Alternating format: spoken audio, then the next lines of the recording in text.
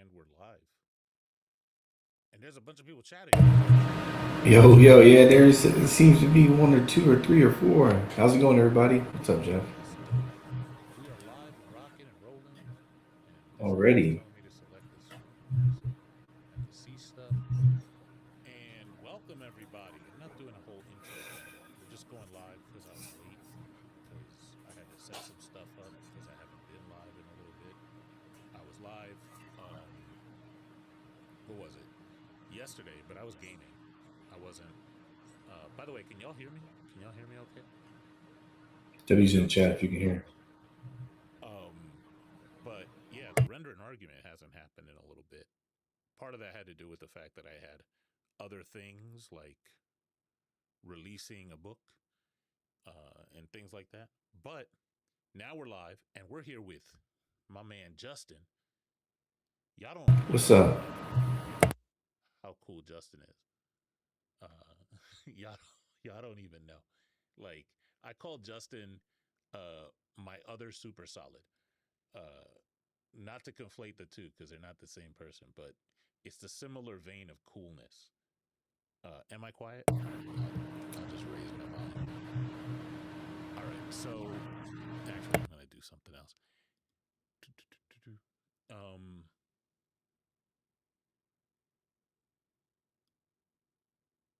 hold on. Yeah, is that better? That's probably too loud now. Good, bad, the same, a little bit, not better. For what it's worth, I can hear you good. All right. Let's see.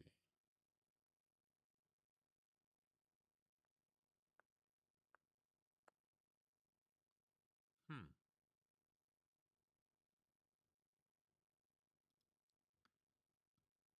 The only other thing I could think of is that no, the volume's all the way up.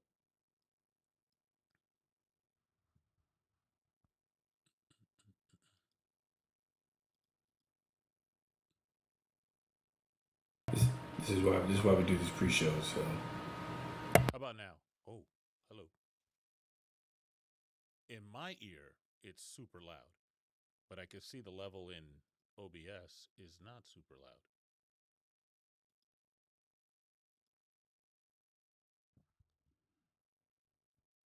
Do do do do. Let's see.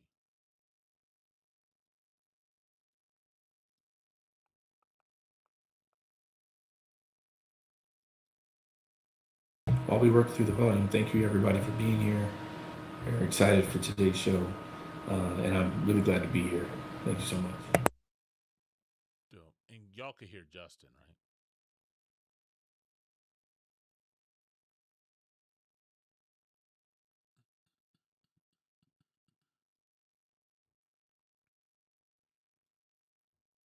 Cool. Okay, so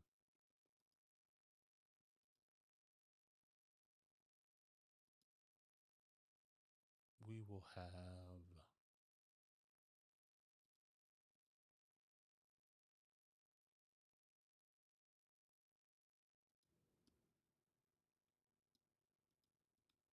How about now? Nope. This is.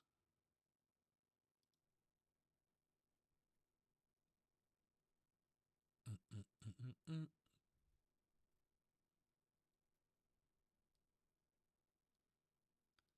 Do, do, do, do, do.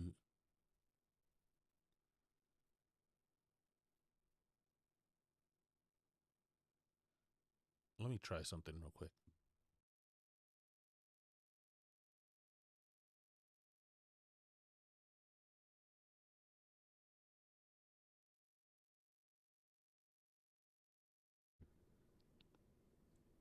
Let's see if this is. Oh, there we go. That should have done it. Now we're almost too loud. Now that fixed it, right? Yeah, Yeah, there it we go. was there's a little bit of back. Yeah, Okay. Yeah, I just restarted the mixer. That's it. For whatever reason, it wasn't liking me. So let's turn all the other stuff back on again. Cool. So yeah, so Justin's with us. Thanks you guys for hanging out with us. Also, if you disagree with, we have some cool topics. Just give us a shout. 240-896-EoaS. So that's end of a species. 240-896-3627. And yeah, we'll get you right on the line. Once our screeners get up and running, you'll go through the screening process. But prior to that, we'll get you right in. Just know that we'll be expecting to hear some arguments. We've got 4 topics rotating on here. The first one, oh man, screeners are so fast. The first one is that God does not exist, or God is not real. Then the Bible endorses slavery as one of them. The God is responsible for all bad things. That's a good one. And then the EPOE. If you don't know what the EPOE is, that's the evidential problem of evil. Falsifies an omni-God. I think that's pretty clear. But if somebody wants to argue against that, I'd love to hear it. These are all God topics. These are all Bible topics. It's the thing you guys love to see. And the reason for it is, number one, Justin's here and he's pretty good at that. And the second thing is I wrote a book about the Bible. And if you don't already have it, you can find it at End of a Species. Justin, tell them a little bit about yourself while we're waiting for callers. Thanks. Once again, thanks for having me. Thanks, Jeff. Hope the audio is coming through well. Yeah, I guess you guys will let us know if not. But yeah, my name's Justin. I've been around the TikTok ways a little bit. Took a little bit of a backseat while I finished up my undergrad degree, and now I'm in grad school. So, just happy to be here. Happy to talk everything, religion. I guess most people will recognize me, for those who do, from online TikTok debates. But just here, I'm really happy to be here on this, platform with you, Jeff. Really appreciate what you're building here, and appreciate you looking at me to be a part of it. Waiting on the callers and everything like that, and wherever you want to take this. One thing I will tell you is that the TikTok landscape, I've been saying this for a while, so I'm just going to keep complaining about it. The TikTok landscape has been very slim pickings as far as the people that are left making these arguments about religion, about the God they believe in. It's really bad. And so for that reason, I'm not super interested in engaging too much with TikTok theists. I'm not saying that YouTube theists are much better, but what I will say is that they are a new ground. And so where we kind of gone through a lot of the motions on TikTok with people doing God arguments, it's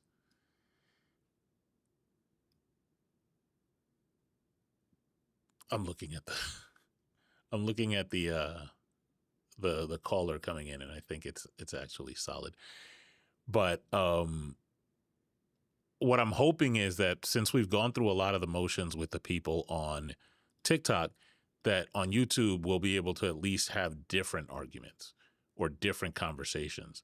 So maybe I'll get that, maybe not. Maybe we'll get to a hold your breath. where, that'd be nice. But so far the people that we've had call in since I've started doing these calls here on YouTube, we've had a mix. We've had a mix of people that have had attempts at arguments that they're not sure about. I've been on other shows on YouTube, whether it's with Jovan Bradley or Matt Dillahunty, and as far as on the philosophy front, there are a lot of people that try arguments that have been written for a long time, but they didn't read into them, so they're just kind of like trying them, I guess. But the biggest thing I'll call out is that the behavior is a lot different. You don't get a lot of like people who want to talk fast and get past whatever you're saying. They're a little more receptive to the conversation, even if they disagree. You know, Yeah, do you think that's a that's a result of like what becomes popular on TikTok, right? Like I think maybe the venue itself shapes the kind of discussions or um, conversations people have because you're looking to a lot of times when you're in the live, you're if you're trying to build something or like that, you got to do what the algorithm or the platform itself, right, prioritizes. So I think sometimes that's why the conversations get the way that they get is because that's what gets pushed, and that's why I think I took a step back from it. It's like, man, we got to find a different way to do this. I've literally seen cases where there are, um, like, say, you're on a live and there's a certain number of viewers, but then the conversation gets contentious and people start yelling at each other, and you see the viewers creep up. And then when it calms down, the viewers creep down again. And it's like either there are psychic people out there that know when there's some yelling afoot and they just go, all right, now we're going to watch.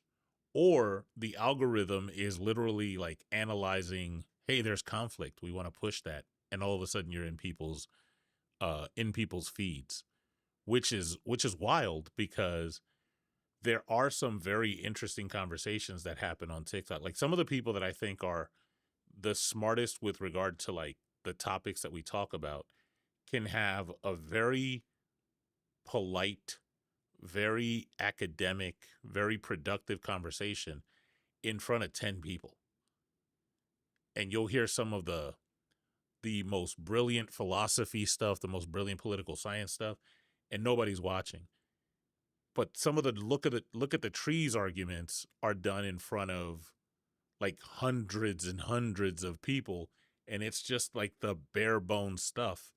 And you see it in when you like watch the result of people who are fans of those people, because then they try to have those same arguments and they just skim the surface. They're not really doing anything. You know what I mean? Yeah, I mean, I think there's a difference between like repeating Thomas Aquinas's arguments and understanding them, right, and like being able to break them down. I think that's um, what we run into. I Thomas, yeah, like so people who spit out stuff that they read from the five ways but can't explain it. The same thing with people who just want to make like moral arguments for why they should rule over women's bodies, but they can't even explain. Like if I ask them directly, what do you think moral means?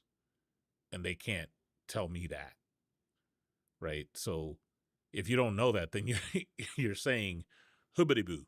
Like if you can't give a meaning to that, you can't tie it to a concept. But all of those things are just people who haven't really like paid attention to stuff. They haven't really like thought about what it is that they're saying, and almost like they think if they say this magic series of words, they just win, you know? Yeah, and I think you know that's a big reason, or part of the reason why what you're doing here. It's especially the screening.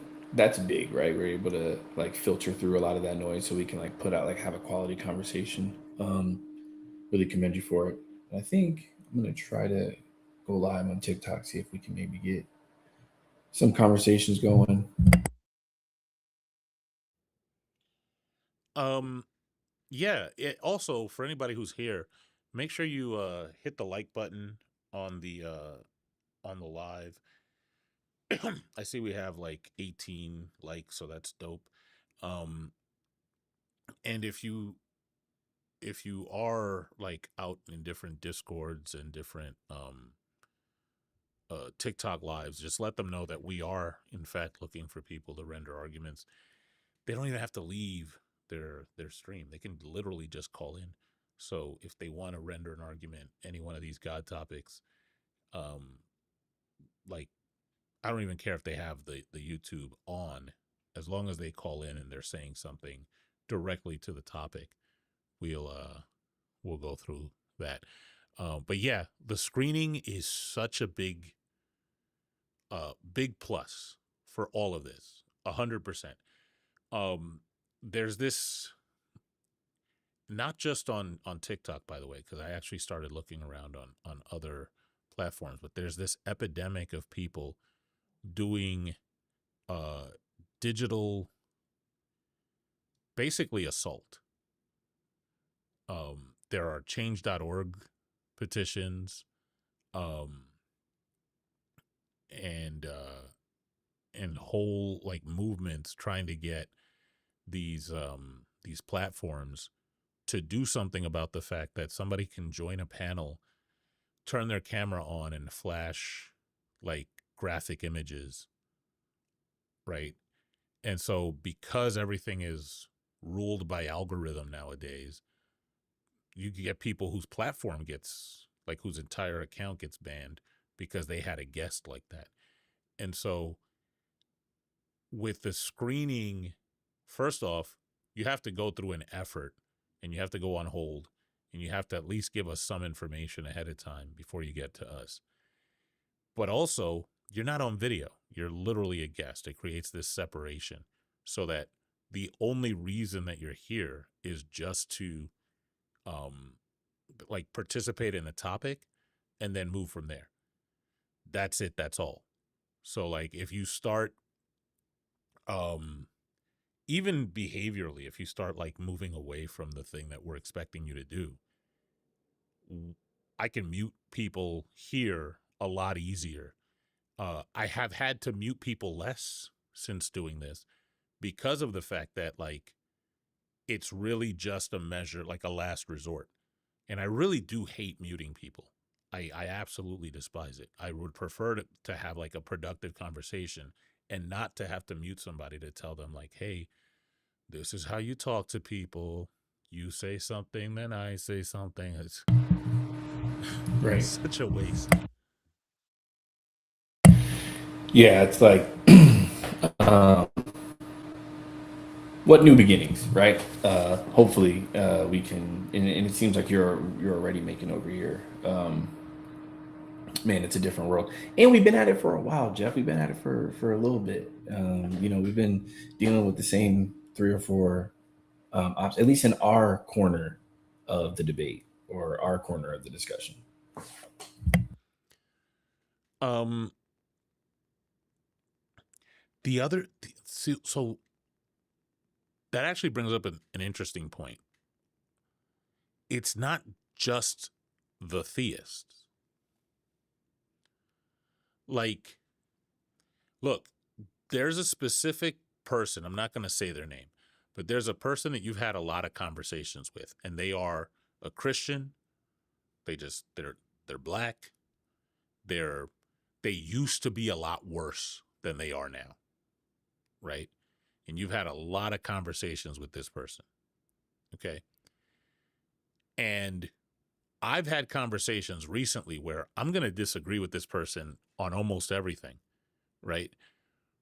But not, they're like I would say, not a dishonest person. They're not like engaging weird. They're not like arguing in a way where they're like one of these Phil bros, like talking fast. They're really trying to get their point across. Now, I think their arguments are still terrible, but it is what it is. They're Right. not behaving badly. And so then I've seen them go into other places where their reputation from like 2 years ago precedes them. And people are like, this person's a piece of shit. And I'm like, look, we don't have that many theists left to talk to. So if one of them is behaving okay, right? If for nothing else than for the audience to spot the bad argument, if you have one that is being productive, We don't have to go to the directly to the this person's a piece of garbage. We can just engage in the argument, point out the flaw, and keep it moving. And so I've also seen that where some people, through reputation alone, will point out certain people that they don't like and just go, that person. Right. And it's, just because you come down on the right side of the God debate doesn't, then by definition mean that you take reasonable positions elsewhere, right? Like a broken clock is right twice a day. But I think you're right. I think it's not just the behavior of the opposition. It's like the whole kind of, it's the whole deal.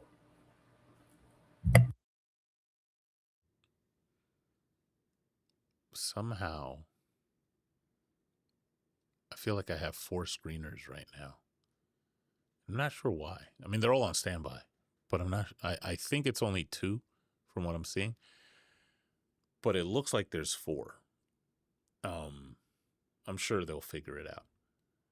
I don't want to drop any, because if I drop the one that somebody's logged in on, then they got to start over. So I'm gonna just leave it.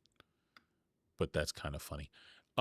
If you just came in and you disagree with any of the rotating topics below my name, just call us 240-896-3627. Render an argument. I'd be really interested to just get a top line argument for why I should believe God exists. Because from there stream all the other ones. Like the Bible endorsing slavery, that's just literature, right? Like we can just make some sort of like interpretive principle inference and just say, hey, it says it. But for Right. but for God to be responsible for anything, or for him to be him or it or they or her or whatever, to be triomni, first you got to exist. Like if you Yeah, don't that's a good point. exist, you can't do none of it. So I'd love to hear an argument about that specifically. If you're here, how you can help boost the little heart thing at the bottom doesn't really do anything. So like tapping the screen doesn't work here the way it does on TikTok. But if you're not subscribed to the channel, subscribe. And if you've already liked the stream, you can type significant chat. So I think it's like 8 words or more. Just type stuff about what you think. Like if you have questions about any of these topics, but you're not in opposition, fire those questions off, and we'll answer those while we wait for callers. Anything that lets the algorithm know that we are all engaging here and having a good time, so that we can get more people here and eventually more people to call.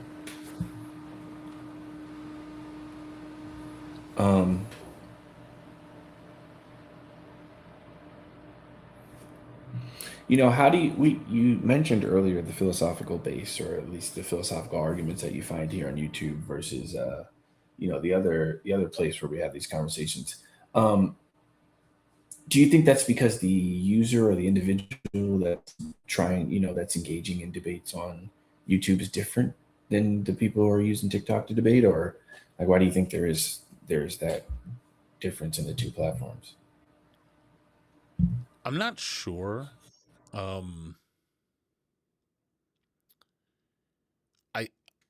Here's what I do know. The fine-tuning argument, the Kalam cosmological argument, the contingency argument, for the people that I've talked to, and for broadly the people that are on TikTok, that's not what made them believe. That I know for a fact. And the reason I know that is because when I inquire and I go a little further into the argument, they don't know it enough for it to have gotten to a point where they're like, hey, yeah, I believe in this, or I don't believe in that, right? Or like they don't have enough information about it. They haven't gone in to read like some of these arguments. Like the Kalam cosmological argument is over a century old. So right, this is not something new. There's no way that you, especially if you haven't read any of the responses to it, There's just no way that that's what convinced you, right? Like you're literally Right. ignoring responses. The other thing I know is that some people, like, because it's algorithm, people roam in packs, and so they hear one person do it, and then they want to do it too. So I think that pushes a lot of that. I see less of that on YouTube because there aren't really like hangouts on YouTube where you have like 8 people throwing around a football of an idea back and forth, or like you might see some people come in from say like a Discord or something like that. Um, so in that regard, I think that's why you see it more on the other space than here, is just because there's a that community thing is already pushed. Well, and Jeff, I think the chat says you might be a little bit low on the volume, but we got a question here from Six Paths. He says, "How does the Bible endorse slavery as opposed to just alliterating it and describing it?" And I think this is a good question. If we're taking it like at face value, you know, there's a few steps for me. Like we were talking about earlier, like how about an argument to suggest or give us good reason to believe that God exists to begin with, right? But let's say we're past that. Let's say we grant that. Um, if we're reading the text, right? If we're reading the Bible, and we are assuming that God is real and God interacts and God can give moral rules, right? And we're assuming that because God is who He is or whatever, and they've made that argument to say that therefore what is moral is what God decrees or what God does, then it just is the case that if we find a place in the text where God says you can do X, right? Um, that that is an endorsement of a particular institution or practice. And in this case, we're talking about slavery. I mean, the scholarship here is very well developed. So, like, you don't have to take mine or Jeff's word for it. Like, you can go and read individuals who, produce scholarship in this area. And I mean, it just is the case that, and it's not even like controversial if you excuse me, are aware of the competing traditions at the time that the slavery in the Bible is describing, it was actually being undertaken. Like this is not something that was even specific to that particular group. Like there were multiple groups in the area, and they all had different rules on how you can take and have slaves. So that's how the Bible endorses it. If you believe that God is real, and if you believe that God is giving these moral rules, and some of these moral rules include owning other human beings, it just stands to follow from that God endorsed slavery. We're not even making a moral judgment saying it's good or bad. We're just pointing out a truism. We're just pointing out a fact. Yeah, and the hidden trick there is intuitively when you hear about slavery, you want to say it's wrong. Like you whether I believe it's wrong or right, it doesn't matter. This is why you hear a lot of people that talk about this just go ahead and say, "Well, no, no, no, no, no. It's like doesn't endorse it." Like if it's not wrong and the Bible clearly says that it does do it, why are we fighting about it? Like just lean into it. It's just that it's intuitive to a lot of people that owning somebody, like when you look over history, some of the gravest atrocities that we look at and we're like, yuck, have been slavery, have been either stemming from or actually just directly just slavery.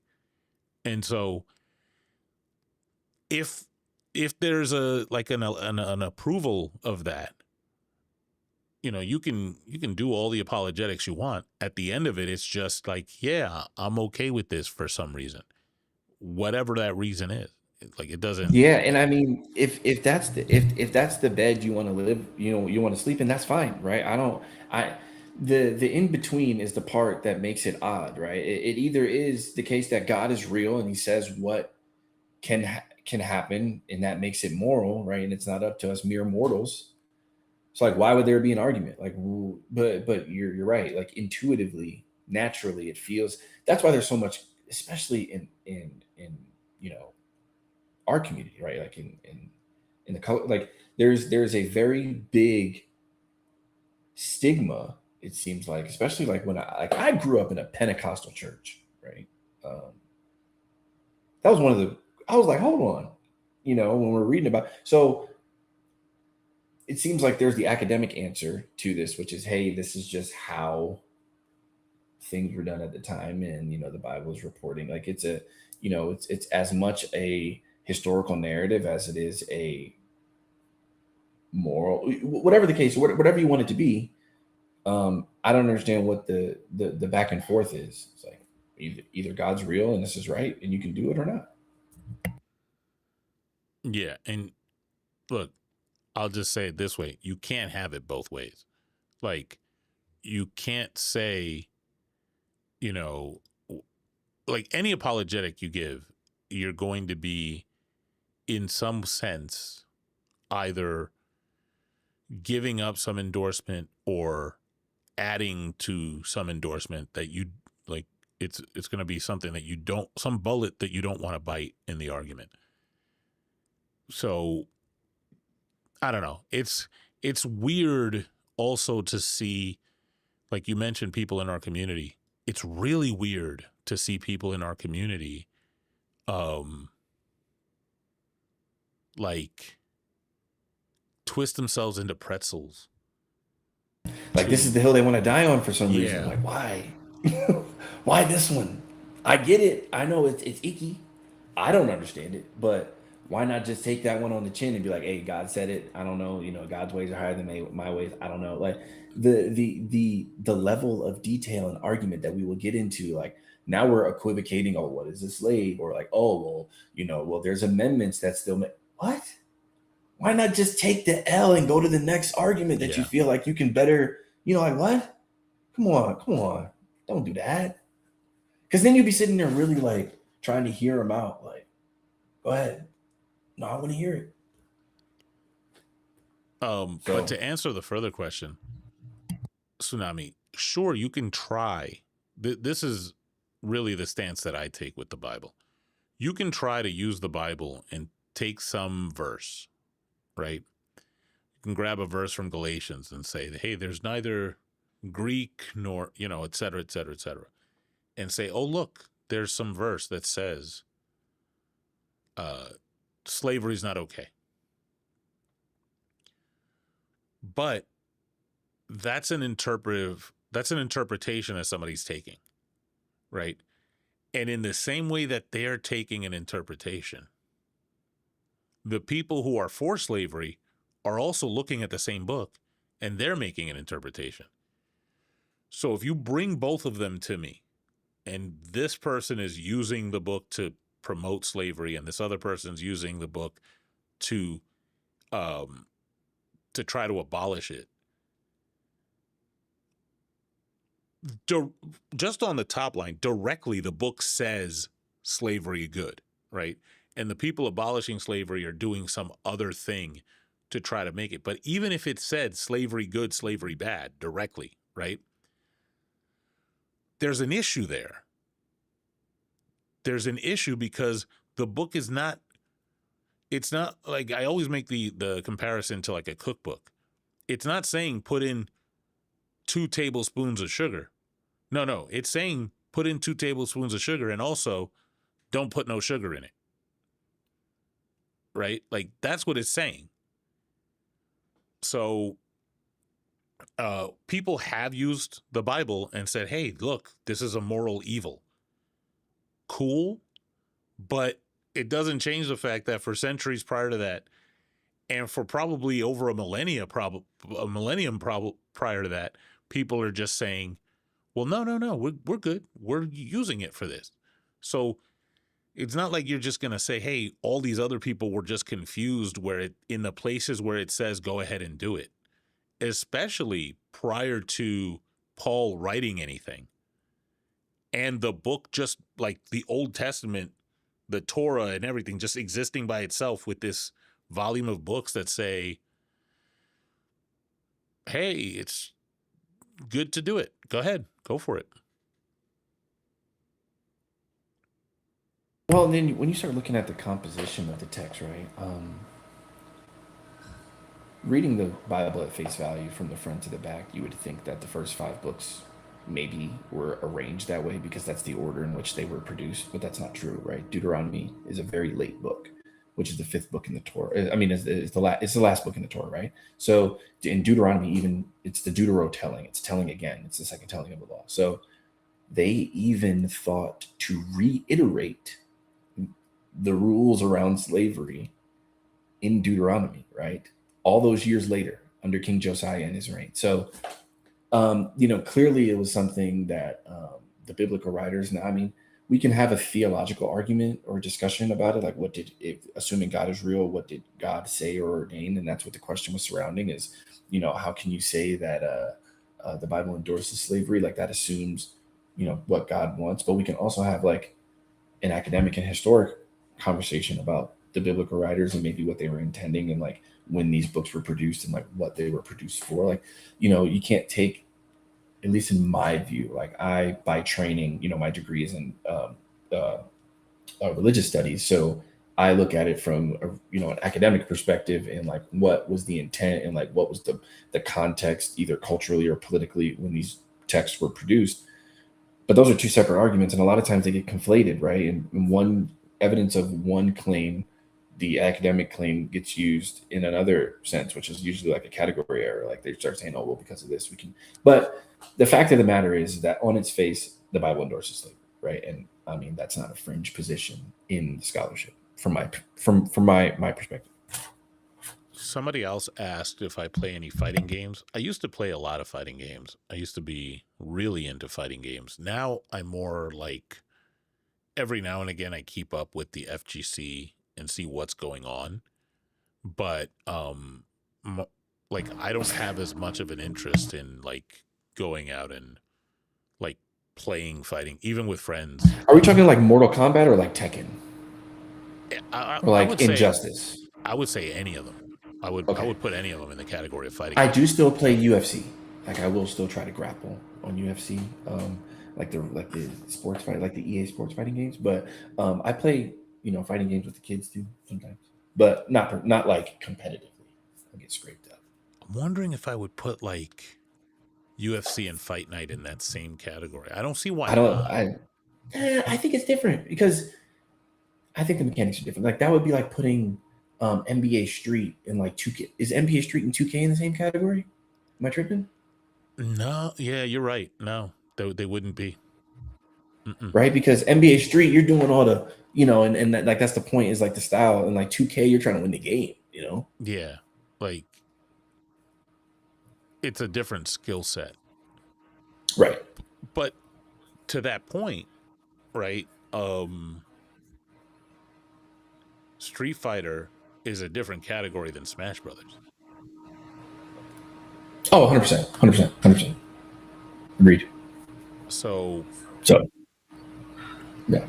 yeah, like recently, just to like how I I I try to add vocab into my conversations that trolls specifically Phil Bros.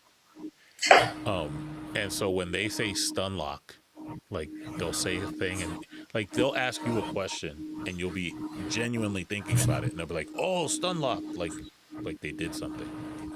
I wouldn't even know what that meant until you just said it. So, And thank you. and so recently I've started hitting them with a lot of like FGC jargon, like, "Oh, you're wall stunned.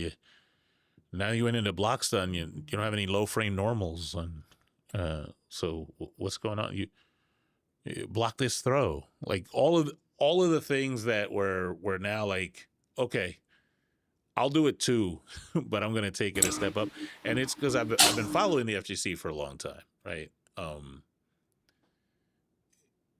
I think you could do that with a lot of different games that have their own like set of jargon, right? Like for the speed running community, you'd be like, hey, I any percent, I broke my PB on the any percent on you're breaking your argument. Yeah, yeah, yeah. Yeah. Oh yeah. That one, like low tier, go ahead. Low tier is such a silly thing. It's such a silly thing.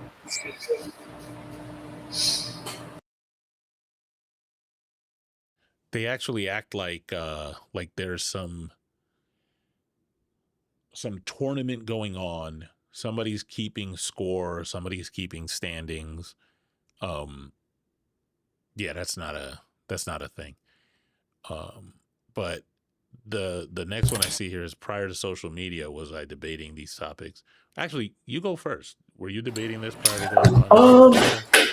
I was, but not in like, well, clearly not on social media because the question is like prior to social media, but like, you know, I've always been one, not one to shy away from, talking about religion and why I don't believe. I've always tried to have these kind of discussions because I thought they were super interesting, like, and growing up, I just like to argue. So I was just like, this is something that I believe vehemently. And I would just, we'd be on the bus after like football practice and I'd be like, I think it's just tweaking. Like, just we was just sitting there arguing and so but it wasn't until, I joined the military kind of early and stuff. I was disillusioned, guys. And when I got out and then started going to college and stuff like that, really what brought me to TikTok was like, I was like, I grew up in a very Pentecostal household, super Pentecostal. And I knew I didn't believe, so it was, kind of like earth shattering for me for a little bit when I was young. But when I got into college and I started realizing why I didn't believe and like understanding like the history and the archaeology and like, you know, the philosophy and that kind of stuff behind it, I was like, well, if I would have just been armed with this information earlier, right, I would have known and been better able to contextualize why I didn't. Like, bruh, I think we were talking about intuitively about slavery. I think intuitively we all know that two kangaroos did not hop from Australia to the Levant to get on a boat. Like, we know that. I think very early on I was able to say that didn't happen, at least not that way, right?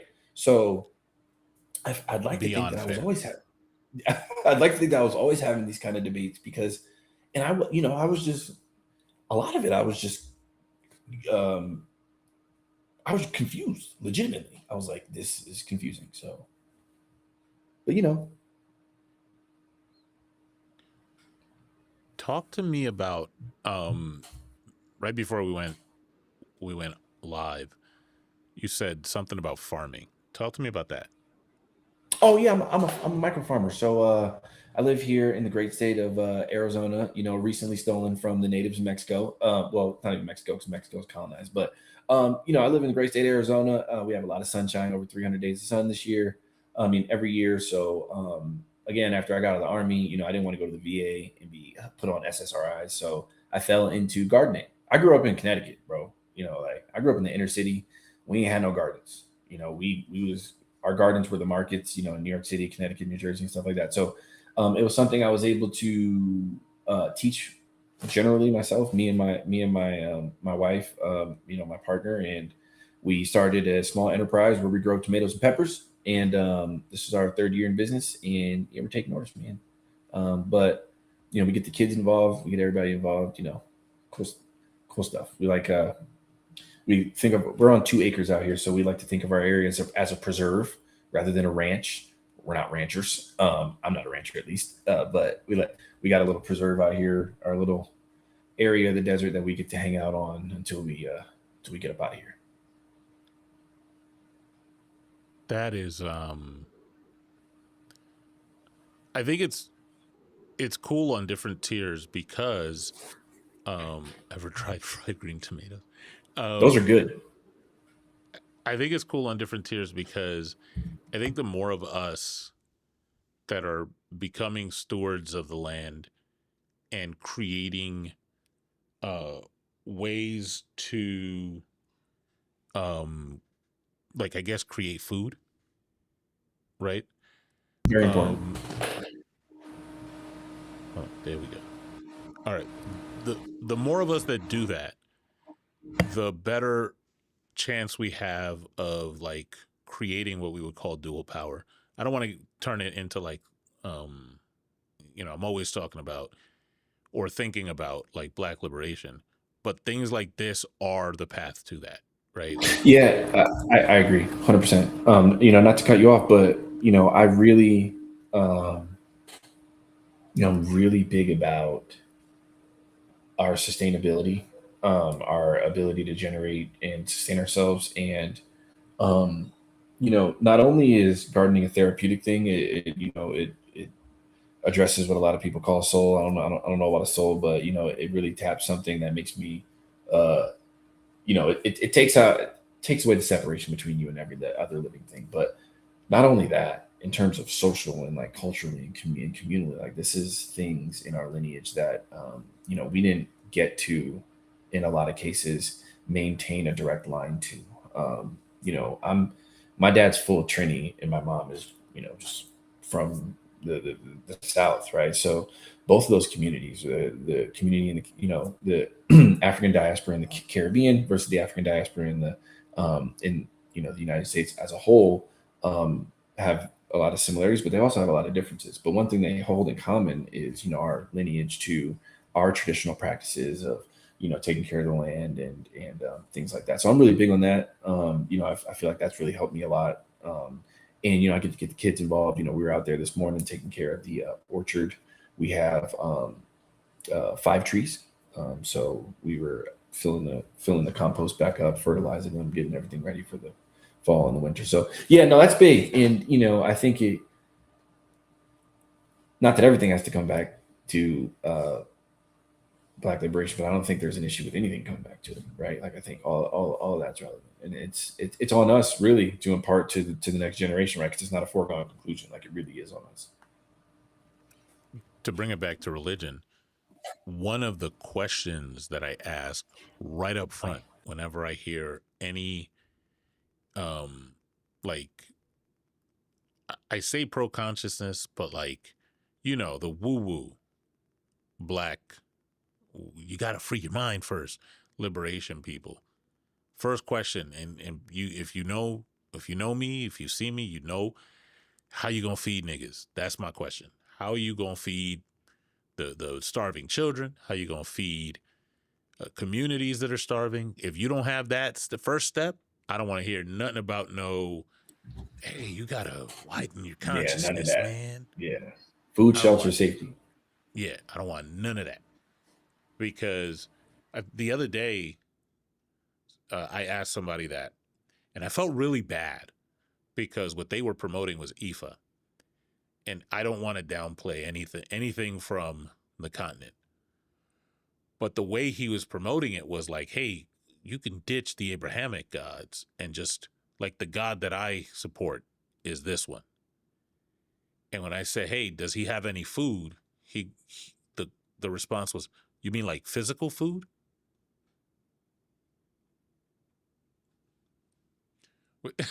Yes, as And opposed to so, figurative. yeah. So Okay. if I go to you and I go to one of them and I'm like, all right, Justin got veggies, and as he expands, he's gonna have like livestock and whatever, right? And so if I need food for a community and I'm like, hey, do you have like, if I give you this, you have 100 pounds of food that I could get, like Oregon Trail style? And you're like, yeah, I got you. Matter of fact, I got some extra from my harvest that I don't need. Boom. You got anybody starving? Give them this. And then I go to that guy and he's like, physical food? Yo, the dude down the block got physical food. Yeah, bro. Come on now. See, Like we chilling with but him. I don't know what and I don't know what you think you pulling, but it's not physical food. That's what people need in their stomachs. yeah, bro. And to me, what the craziest thing was, those kind of like, we try to grow as much of our own food as we can. Um, all of the kids, or to some extent, we like to stay in shape in some sort of martial arts and stuff like that. And we all think of ourselves as STEM learners, right? All we try to prioritize education. I mean, the kids are kids, right? Like they should still have an opportunity and lane to be kids, right? But this is the things that we're trying to instill. And I think what you're saying is right, which is I'm not trying to put down, none of that, whether it's, Ife, Yoruba, or whatever the case is, that there are a lot of rich and highly developed theological thoughts that, and a lot of them, predate what we see in Europe, and all the power to them. But I find that doing those kind of things is some of the most spiritual stuff that I've ever done, right? Like, and it's spiritual, not in the woo sense, like, hey, if that's how y'all rocking, do what you got to do. But it's spiritual in the sense of, like, really feeling that connection between, whether it's me and my kids, me and the land, me and my dogs. We'll just be out there and stuff. We're look, you know, bro, and we're on 2 acres out here, and I finally say that we're fortunate enough to be a landowner and stuff like that. I know that brings a whole other political set of considerations that we should probably talk about, because that's one thing that I think I definitely have a lot to learn from you guys on, like,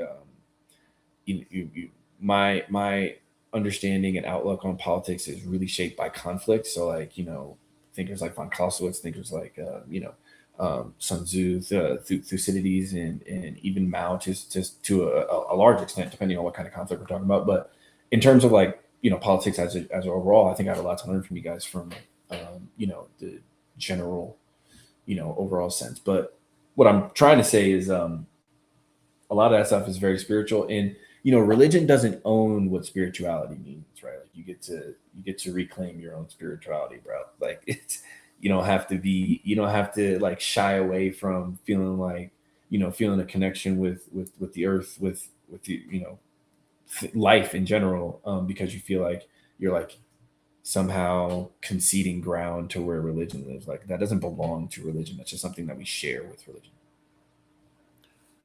One thing I'll say is, when it comes to um let's say, how do I put this? Like, spiritual practices to me are cultural. They keep us connected to each other. They help us understand why we do certain things, right? Like, they give us pride. And the physical things that we do. So, um, like, for example, there's like you mentioned, owning land, right? And certain stripes of the political, like, the way that the private ownership of land is frowned upon in certain circles, and I'm with it.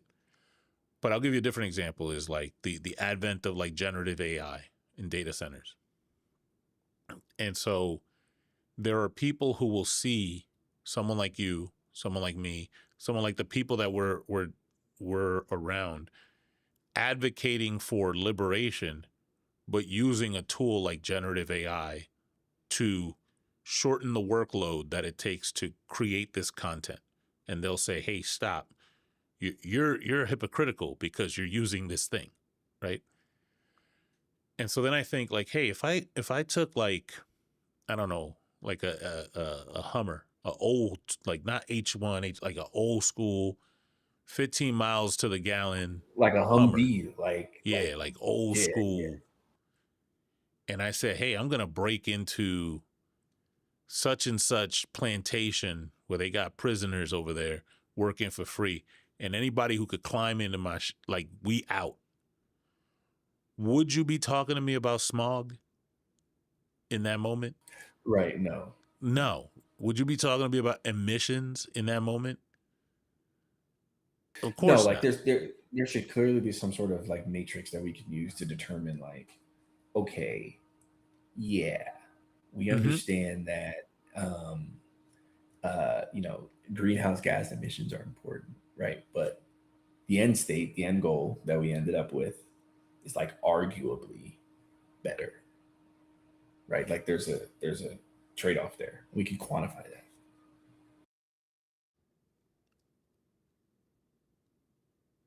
Yeah. Um, to transfer that over to, like, AI, like, I'm here with a full-time job, right?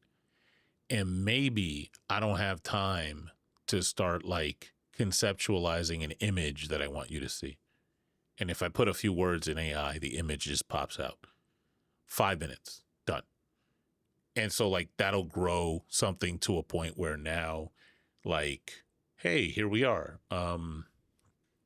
Like for example, Ex Nihilo, you see, is the mascot of End of a Species. There's gonna come a point where we are like ready to take on, say, like an artist. That's not today, and I refuse to have artists work for free. Yeah, bro. You know, We got to feed the baby somehow. yeah. So Come on, dog. we're not doing that. For the farm that you're talking about, you own land, but you're not like getting farmers to work on the land for next to no pay and No, extracting their labor. no. I'm making my kids do that. But no, I mean, in all reality, nah. And that's why I feel as if I need a little bit more development in the political area or arena, because there has to be some sort of scholarship somewhere that's developed on how to understand these concepts in conjunction with one another. But a lot of times, I think at its core, like for example, when we talk about communism being a stateless, classless, moneyless society, right? And then we talk about capitalism, and we talk about things that operate within states, within Westphalian style states, because the idea of the state, right?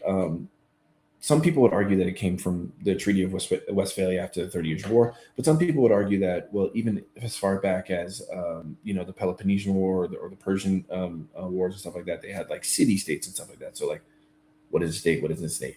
Regardless, the two political hypotheses, right, start from an area that I understand as being mutually exclusive, right? So even if we're talking about, what we would expect under the political philosophy of communism, is like there has to be some great area. That's why that's in this. I only know this because my area of expertise is in conflict and looking at the Cold War in Vietnam.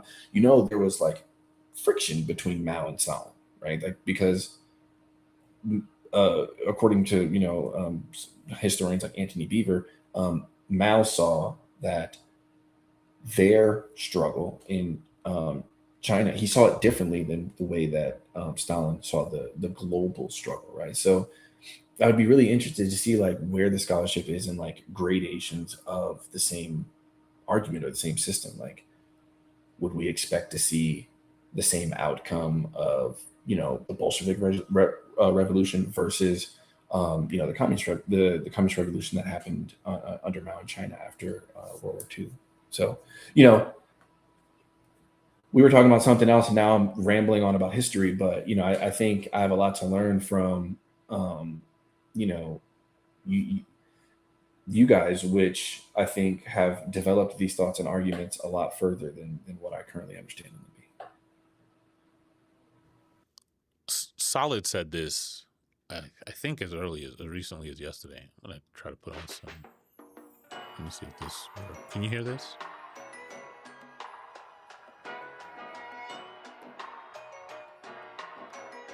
I can't You don't hear hear this at all?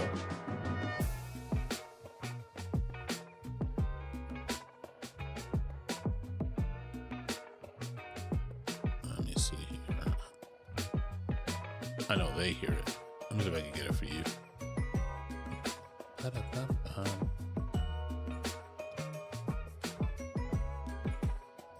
Oh, yeah, you should be able to hear it. Oh, you know why?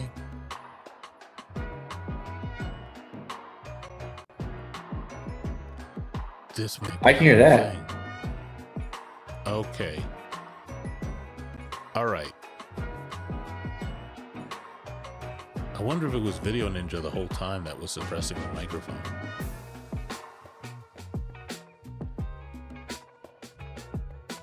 Welcome, Ari Raid. Okay, so Hey, yeah, shout out to the Ari Raid. Solid said this the other day. I think it was yesterday, actually. that, and this is something we talk about behind the scenes all the time, and it's like we always focus on looking at, say, Soviet, Chinese, like even Cuban kind of like revolutions, and it's very white coded, and we tend to ignore the other revolutions. Like Sally yesterday was talking about Grenada. I tend to talk about places like Burkina Faso, and like Sean loves to talk about Burkina Faso, those places where they're doing a lot of the same things, and they have the additional burden of decolonization. Right? Somebody said the phone lines aren't open. No, I'm gonna test that right now. I'm pretty sure they are. Hold on.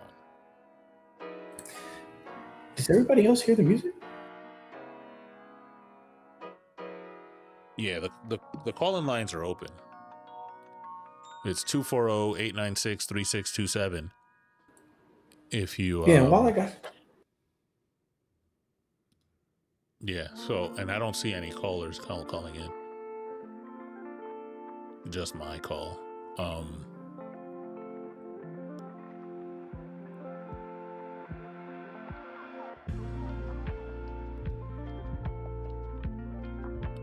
The only thing that could get you like not to go through is if you have like a private number.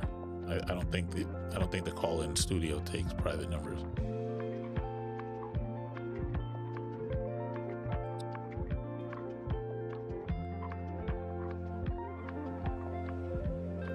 But anyway.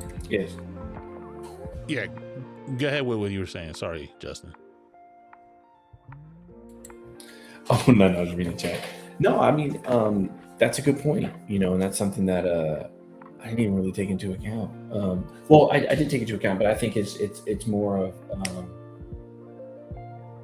being led to the new, or because those are even more contemporary case studies than Mao's China or Stalin's Russia, or Soviet Union. But hopefully somebody on the calls. Thanks for everybody being here. Also, make sure to hit the likes. And I want to give another shout out to Jeff for inviting me in here. I think this started something big. Well, we do this a little bit at a time.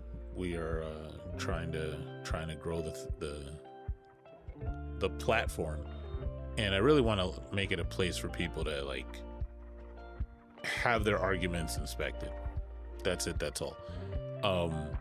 Yeah. So we've got 4 religious and God-coded topics.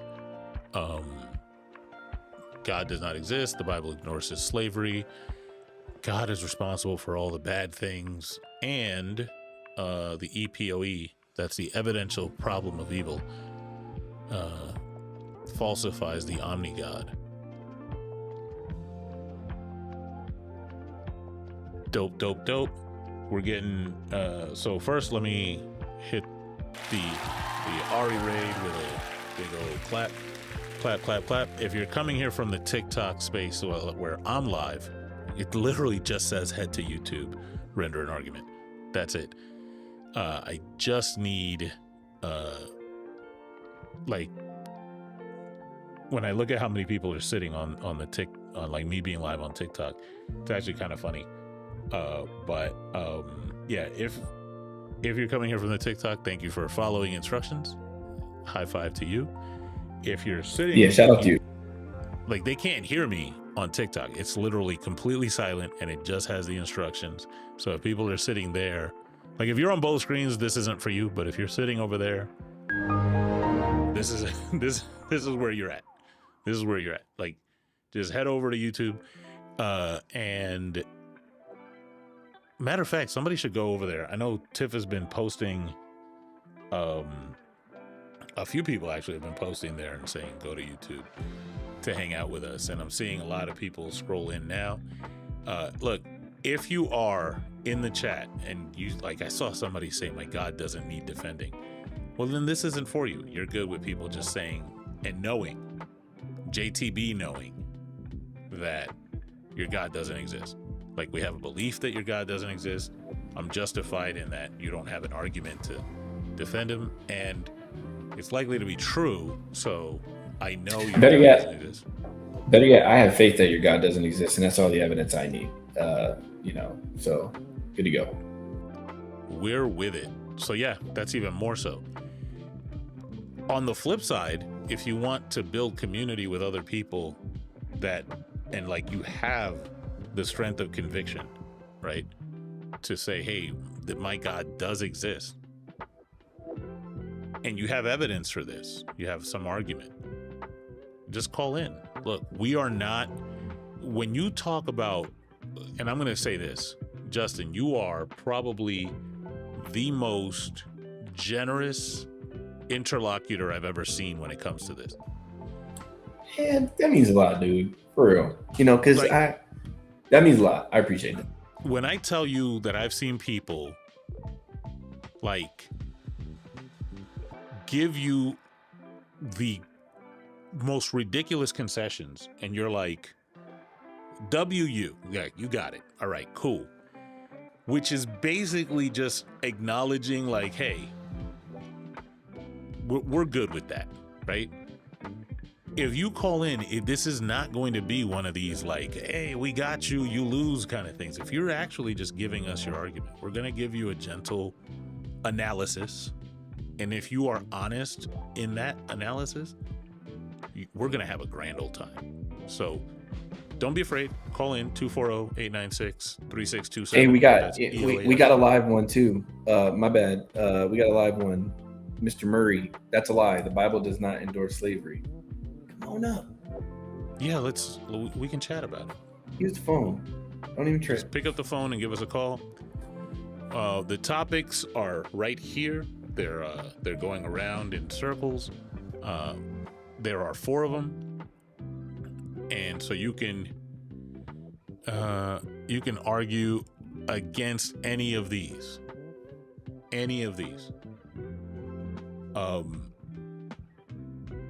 I am interested, as much as I want to hear a God argument, I am interested to hear somebody give me an accounting for how the Bible does not endorse slavery. This is the accounting for the Bible does not endorse slavery. I've never read the Bible. That's the account. So, but no, in all seriousness, guys, also, I actually hold the title of losing the most debates on the other app. So if you guys don't know me, I am the L host. So you have nothing to fear here. I actually hold the record for the most losses in debates. So come on up. We just don't bring that spirit up here. Don't bring that, just don't bring that spirit with you. What's this person's name? Gordon Ramsay 3.0.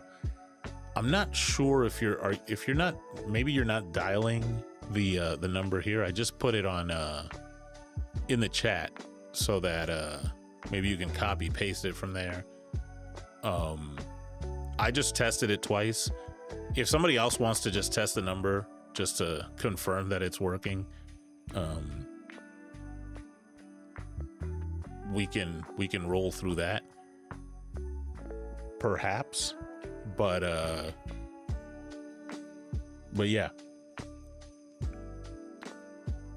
I don't even think there's like a provision where it can't be an international number or whatever, like even if you're calling internationally. Yeah, I'm seeing another call come in. I don't know if that one's a test. Yeah, there's a few people calling one after the other. If you are testing, just tell the screener you're testing. See, like 4 or 5 calls came in. Yeah, the number's definitely working, 100%. Yeah. Yep. 1, 2, 3, 4, 5 people called immediately. Sorry, Mia. Shout out to the coffee. Apologies. But yeah, it 100% looks like it calls. You guys can stop calling now. We got 1, 2, 3, 4, 5, 6 people, 7. Oh, there's one call in here that is actually, it seems to be like an actual call.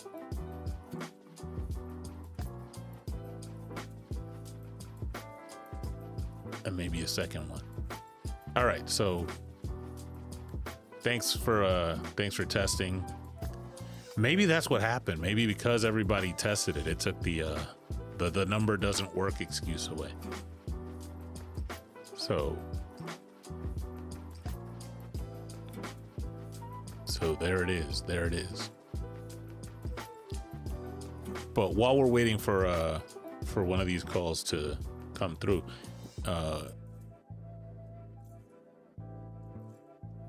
yeah. If look, I wanna just say really quickly, I don't want to go too far into explaining the evidential problem of evil. I put EPOE on here because that's the acronym. If you're not sure, there are 3 other topics. I should probably like get that out of the way. There are 3 other topics. And so that should be good if you don't know what the EPOE is. If you want to know, go to the Stanford Encyclopedia of Philosophy, type in problem of evil, you'll get the logical problem of evil and the evidential problem of evil. You can also go to jmims.com because there is a Jeff Makes It Make Sense episode that has just an introduction into the logical and evidential problem of evil. And I should probably get back to recording more episodes of JMIMS. If you're in the Discord, actually, you know what? I'll create a channel for that because I have a ton of different topics that I want to get in, and I want to make it up to the crowd which ones come out first.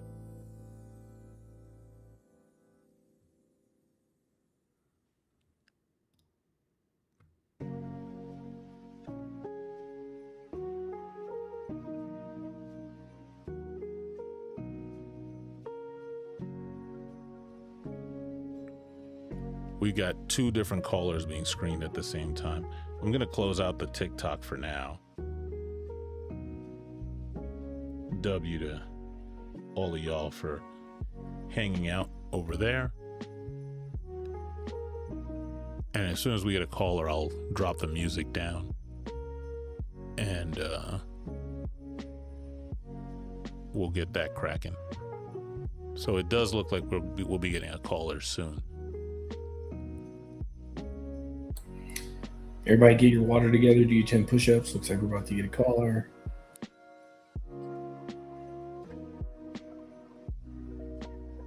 There's evil because of us, okay?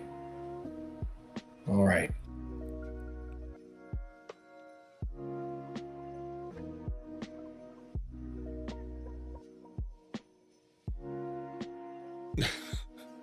Not the instant rebuttal. The instant rebuttal in chat sent me. God made us, so boom, he's evil.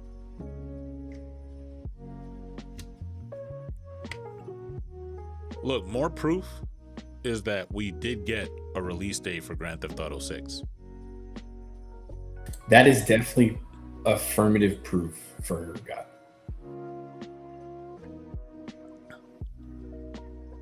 Like, if that doesn't get pushed back, there's one game that I don't think we'll ever have like a release date pushed back because it's like you've got a small nation's GDP in one launch day. Call of Duty? No, GTA 6. Oh, yeah. GTA 6. And the first year of online play for GTA 6 is going to be nuts. Yeah, it's going to be something else. It's going to be obscene. The content that is going to come out on these platforms of people streaming GTA 6 is going to be absolutely unreal. And then when it comes out on, because I know on day one it's not going to come out on PC, I don't think. But when it finally comes out on PC, it's going to be absolutely unhinged.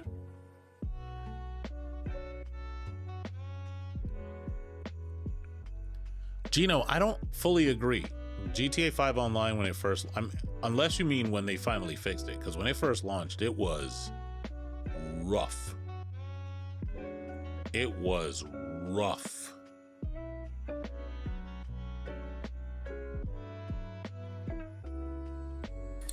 Where do you get consciousness from mindless matter? Good question. Call in. All right, so we're bringing up. Oh, I completely forgot about the my favorite part. Hold on, let me make sure I have this set up correct. Where are you?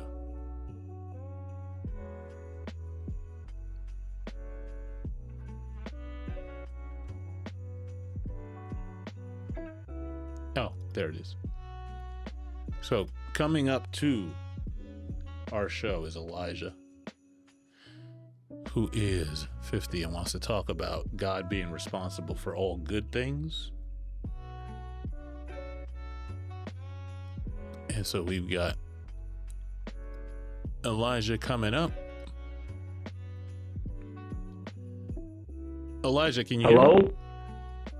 Yes, I can hear you. Can you hear me? I can hear you just fine. Awesome. Let's start off with what are your pronouns? He and him. Awesome. Thank you for that. And so welcome to Render an Argument. We have a topic here. God is responsible for all bad things. It seems like you believe, at least in some sense, the opposite of that. But yeah, go ahead and render your argument for us. Yeah, so I don't necessarily believe that he's responsible for all good things, but that if something good happens, it is accredited or attributed to God, right? So that why in the same sense, on the opposite end of the spectrum, they do the same with if something bad happens. Let's say a peasant's harvest goes bad for the year. You know, they curse God and they feel like they're cursed and so on and so forth. So I just feel it's illogical to think that. I mean, before I even start that, if I may ask, what are your beliefs? If you don't mind me asking, Jeff and Justin. I'm a first-time caller, first-time watcher, so I'm just trying to get a feel of what's appropriate here. When you say beliefs, I'm assuming you mean beliefs about the God proposition, like whether God is real, or are you asking like what is my belief in regards to whether I believe that God is responsible for all good or bad things? Like a religious beliefs, if you feel comfortable with that, or the I'm an A atheist. or B, whatever, or both. Okay, atheist. Yeah, I'm an atheist. Okay, and as far as the second position, where do you believe God is responsible for all bad things that happen in the world? Yeah, if God is real and if God actualized all events, right? Meaning God knew what would happen. God had the power to do anything, and God could have chose a different way. If God is all knowing, all powerful, and always does the right thing, meaning he's all good, omnibenevolent in a normative sense, then I think God is responsible for all bad things because he's the prime mover under the God of the omnis. So if you're talking about a different God, then that's fine. We would just have to define that God. But the God with all three omni properties, I believe, is responsible for all bad things. Interesting. Okay, I'm sorry for interrupting, by the way. But yeah, I'm talking about the God of Abraham, Isaac, Moses, like Abrahamic gods is what I'm talking about. But any God could fit in the portion portion, I guess you could say, in that fill in that blank. But so okay, can I put it this way? So America, when, for example, this is just a metaphor or example, I guess you could say. So when Trump was elected in 2016 and things went good, did we attribute the good things that happened to Trump or to those who did it? And that Trump was able to gain the credit for that. What do you mean by good there? Like, somebody on his cabinet drafted a bill that helped people, and Trump took the credit for that. That's basically. Would you think that's similar to this situation with God being blamed for anything bad happening? No, not really. And I'll say I mirror kind of Justin's perspective on this, but yeah, go ahead, Justin. Well, yeah, I mean, I think we would have to first clarify if what you're asking, like I'm if sorry, are you speaking, Donald. Justin? I can't really hear him well. I said, yeah, I hear yeah, and then he faded out. What about now? Can you hear me now? Yes, I can hear you now. Yes. Okay. Yeah, if what you're saying is that if Donald Trump is president, or if a president is president and somebody Hello? in his cabinet does something good. Jeff, can you hear me? It fades out Yeah, I after can you hear say you. yeah. Jeff, you go ahead and take it. Let me check my. To that person right there. Okay, so you couldn't hear Justin when he was speaking. No, I heard yeah, and then it faded out. Justin, say But something I real can quick. hear you, Jeff. Test. Yeah, I cannot hear Justin whatsoever. I only hear Jeff. Interesting. All right. Let me work on that while real quick. 1, 2. With difficulties, YouTube has been experiencing some issues with more than one live, not just this live. I've heard and saw. Say something again, Justin. Something again, Justin? I hear him, but I didn't hear what he said. In the beginning, I heard him like a bleep, and then like it faded out back again. Yeah, like I'm able to hear you, and I see your sound going through to the call, so I'm not sure what's happening on that end. It's probably not No you, idea. Yeah. Justin. It's probably It might be on my end. It's probably on my end. I'm sorry. No, that's okay. So look, like politically, the buck stops here type stuff. I would say like I wouldn't agree that everything I went. don't even mean politics. But yeah. Okay, I'm sorry. Can Speak. Can you hear me or no? Yes. Oh, okay. Like, yeah, I wouldn't even agree that everything went good under Donald Trump's first term. But if I was like just to assume that it did, right? Then him being the president, like whatever he's directly responsible for politically, like then sure we can give him credit. But that's not what we're saying when we're talking about a god, right? Like what we're talking about is an entity that is causing things not by committee, but like directly causing things. Like God could, with a thought, create a hurricane tomorrow and wipe people out, like create a flood tomorrow and wipe people out. That's what's being said. So it's not like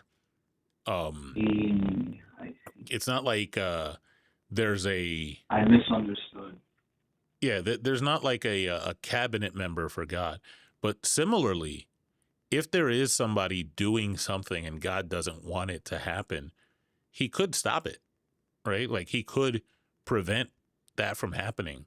Like if I decided tomorrow that I wanted to like rob a bank, he could make it so that my car doesn't start, right? And so I can't even get out of my house and I'd have to like go on foot or find another way to get there, right?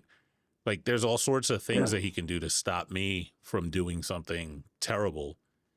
And so then in that regard, if he has the ability to stop something and he doesn't, then yeah, I would say that he is in some sense responsible for that. I understand. Well, the whole argument I had revolved around, or the debate I had revolved around a lack of understanding. So I will concede because I agree 1,000,000% with what you're saying. So, yeah. Now, I do want to address the credit for good things and credit for bad things, because we do have to put it on balance, right? Like, Of course, the duality. if I am opening up shelters to give unhoused people places to live, but on the flip side, I'm graping people every weekend, I wouldn't say that the opening up of shelters cancels out the grape, right? I'm still a bad person because I'm doing this horrible thing. And similarly, if God like rains food from heaven but allows for genocides to happen, he doesn't have to do that, right? So like I would say that it doesn't cancel itself out. He could just feed people without having genocides happen. So I think it's important also to consider that just because you do some good things, it doesn't necessarily like I want people to stop thinking about like, hey, the good things you do cancel out the bad things, because like life doesn't really work that way, you know? Yeah, it's absurd. It's the behavior to think that way. So basically, on what you're saying, right? So I know it's an excuse as old as time. Humans have free will. They're going to do what they want to do. I don't believe on the second thought. I mean, I believe in that, but I don't believe they'll go to that limit. And also, I don't believe God will go to that extent to stop your car from working, from make sure you're empty on gas, this and that, you know. So it's a duality, like, you know. It just goes to show you people are evil, and yeah. Didn't he say It's he just believes in the people, God of the and Bible? oh, I hear you now. Hello? Hey, how's it going? Did you say you believed in the God of Abraham? Now I don't. I'm You sorry. don't. This is so awkward.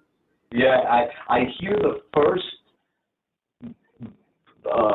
second of his message, like the first 2-3 seconds, and then X's out immediately. It like fades out, or just goes blank. Maybe it's But Jesus. yeah. I don't know.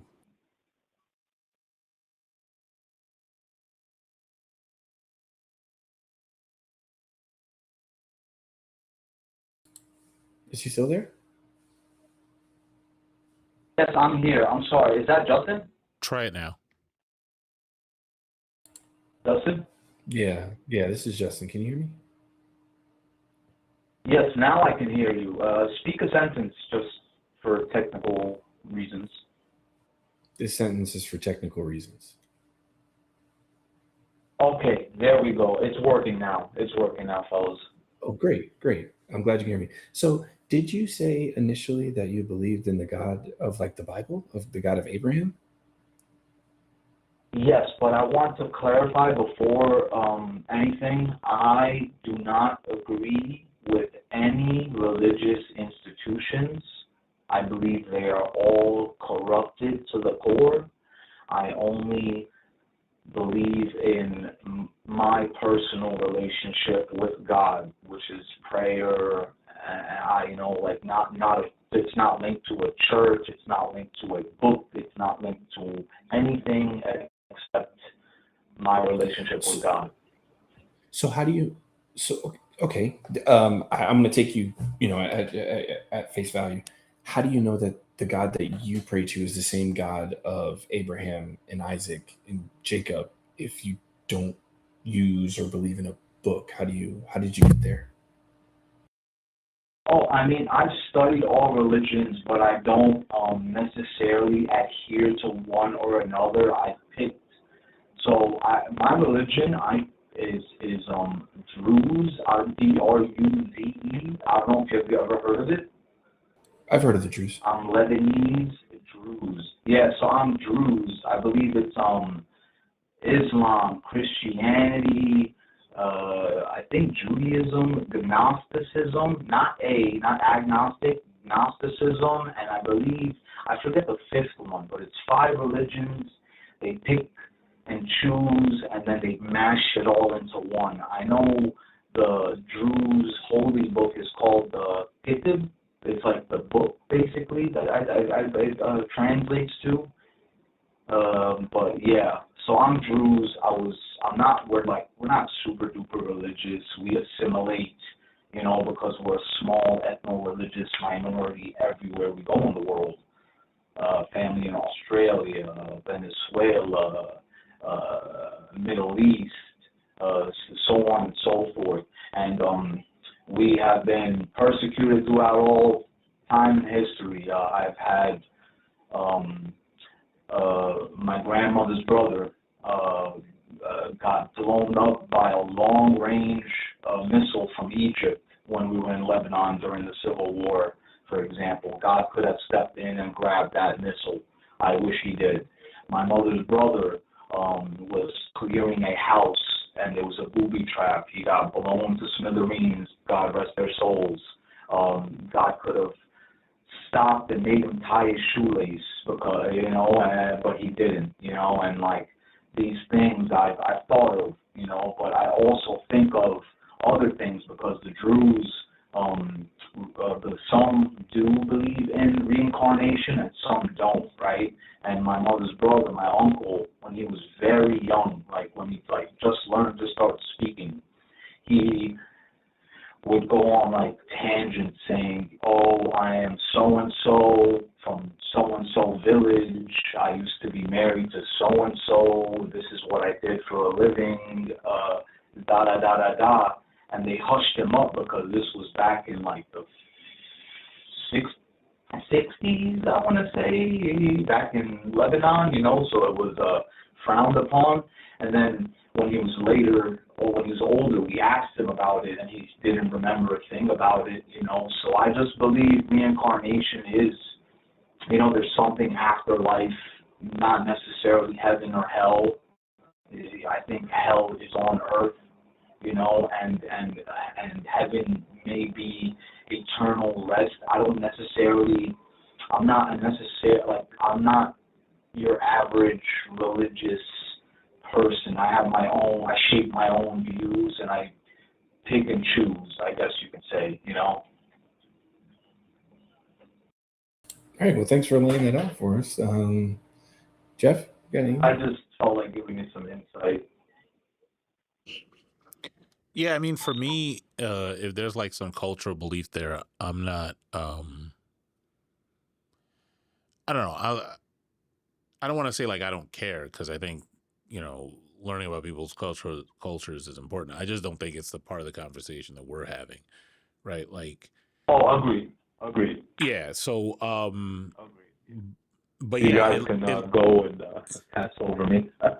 no, it looks like we don't materially disagree as far as the God as represented by the Bible, right? So I think that's good. But thank you for calling in and hanging out with us. Thank you for thank you for putting up with me. Thank you guys so much, Jeff, Justin. Be safe. God bless, and have a good day. Thanks, Elijah. Thanks. Bye. So you see, we're not monsters that that are hiding under your bed. What do I know? Whatever. I don't got it all figured out. Especially if they're beliefs that are deeply rooted in culture. You're never going to hear me argue again. Is that convincing for me? Not necessarily, but you're never going to hear me argue against it. That's never going to be a bad reason to believe for you or for somebody else. But I do have to say, everybody, tighten up, behave. Chelsea's here. That means that if you are misbehaving, I can't say her title because it's got the one of them no words in it. But just don't act weird. Don't act weird. No, I said what I said, Chelsea. No pause. Ain't no pause over here. We don't do that. You know what? There is a ton of rain right outside my window. I don't know if y'all It's can raining hear where it. you at? Yeah. All No, of a I sudden don't I heard hear it. it. Like I hear it through my headphones because I'm hearing like the unfiltered sound. Let me see. Like if I do this, yeah, y'all can't hear it. But in any case, I've seen a bunch of people, minus Wes. If you want to know, matter of fact, I'm gonna drop the Wes video. I'm gonna find it on Javon's live, on Javon's channel. Wes, who everybody was talking to in the chat, I nuked him. He's gone. There's actually a video of us talking to him, and it's one of the things Jovan did that I was like super proud of. It was one of those moments where you like recognize that somebody is not here with us anymore, like they're having some other thing happening, and we like he had to cut the convo. So there's that going on. But for all the other people in the chat who want to tackle one of these, you just seen a kind of a demonstration of how easy the convo can go, right? So call up 240. Oh, let me just put the number back up here. 240-896-3627. We're going to drop that in the chat as well. 240-896 EoaS. That's 3627. And we'll have a conversation about this. We want to see what your point of view is on any of these, whether God exists, if God is responsible for all bad things, whether or not the Bible endorses slavery. We did have somebody who wanted to talk about God's existence from the point of view of a different religion other than Christianity. I'm happy to have that conversation as well. I'm sure Justin does too. Just give us a shout. And right now we don't have any callers waiting, so you'll get right through.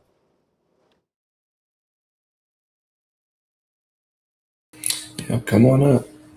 Also, thank you guys for being here. Thank you guys for hanging out with us on this Saturday, depending on where you are.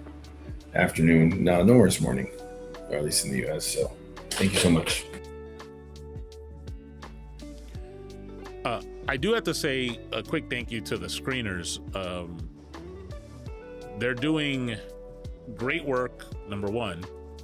And number two, they have 444. They also have superpowers. So if you do call in, a couple of things. The first one is I know what you might be saying to them. Like I have a way to check. Don't say no goofy stuff to my screeners. They have no, like, we have no problem like yeeting you into the sun and making sure you never call again. They're all nice, so just follow through with the steps that they're going through in the call. They're just getting it ready so that you can have a productive conversation. So like whatever questions they ask, whether they ask about what topic you want, when they give you kind of like the expectations, just go with the flow. It doesn't have to be contentious. And I'm only saying that because we have had some incidents in the last couple times I went live where people have fired off slurs. They decide whether you get on here or not. So if you're doing some abusive language, they're just gonna like, if they tell me that you're not ready for prime time, I'm gonna go with what they say. You know? Yeah, absolutely. 100% defer to the call taker. Yeah, you're basically auditioning for them. So take it easy, go through the process, and then we'll actually have fun on air. Like, this doesn't have to be like some crazy stuff.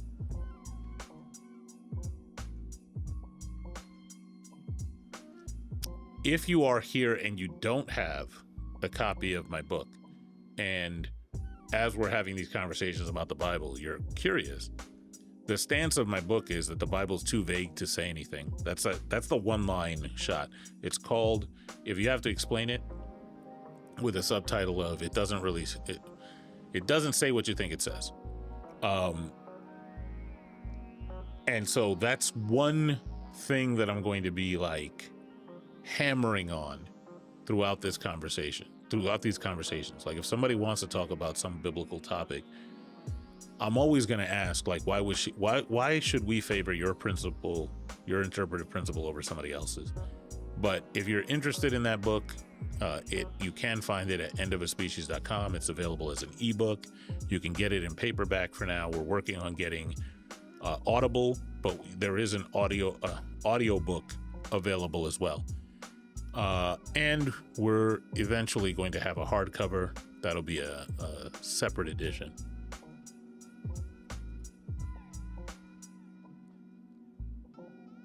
Okay, so, hey, what just happened? Oh,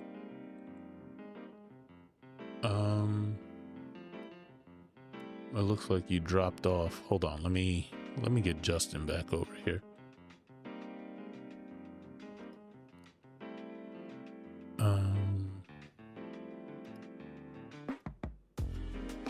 There we go. All right, you're back. Yeah, it was for sure on me. Definitely clicked something I was supposed to. All right, cool. So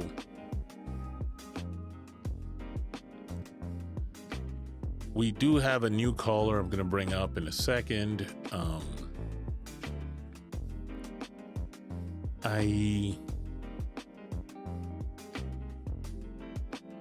right.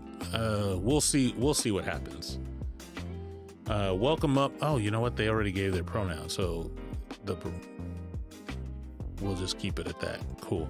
So welcome up. We've got Apologia 41, he, him, wants to argue that God exists and that the Bible doesn't push slavery.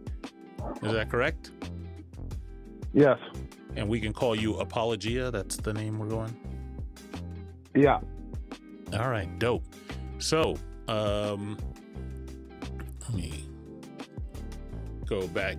So you're on the line with, you're on the phone with Jeff and Justin. And whenever you're ready, you can start at either one of those things, whether God exists or the Bible doesn't endorse slavery. Hit us with the argument. Are you guys there? Yeah, can you hear me? Yeah. Okay, so yeah, whenever you're ready, give us the argument. Okay. So first, I would like to know where are you guys evolutionists or what? I'm Jeff. This is Justin.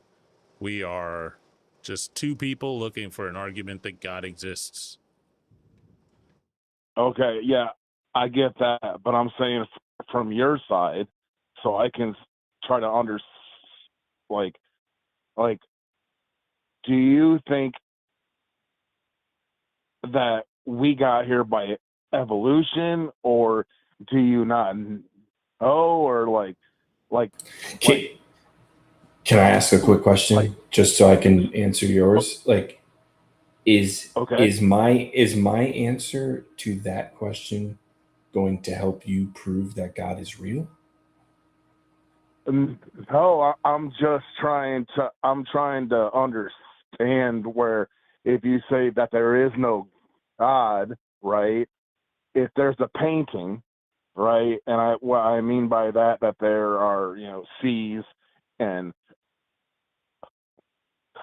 trees and so on and so forth. If there's a painting, I'm just trying to understand, how did the painting become a painting if there isn't a painter? Okay, so great. Did we I think this is a great place to start. How did the painting become a painting if there wasn't a painter? In this case, right. I know, because of past and previous experience and because of the human experience that paintings don't just appear. I know Right. that there's a painter. I know that somebody had to put the paint on the canvas and create a painting, right? So Right. we are using prior information, right, to determine what is required, what is necessary in this case. And what is necessary for a painting is that there is a painter. My question to you is, would it make sense for me to say that there's a painting, there is a painter, and no one created the painter? The painter just always existed. There just always was a painter. Would that make sense to you? Of course. That's pretty much me explaining how God works. Like God is outside of space and time. If he's not outside of those things, then he isn't God. Was he always And outside of and those things? absolutely, like I guess what I'm trying to say is, when you look at the perfection of a painting, right? All the fine tuning, and what I mean by that is, for one, our conscious. I mean, when I speak with atheists all the time, okay, and the two things that always try to get them to open up a little bit is speaking of consciousness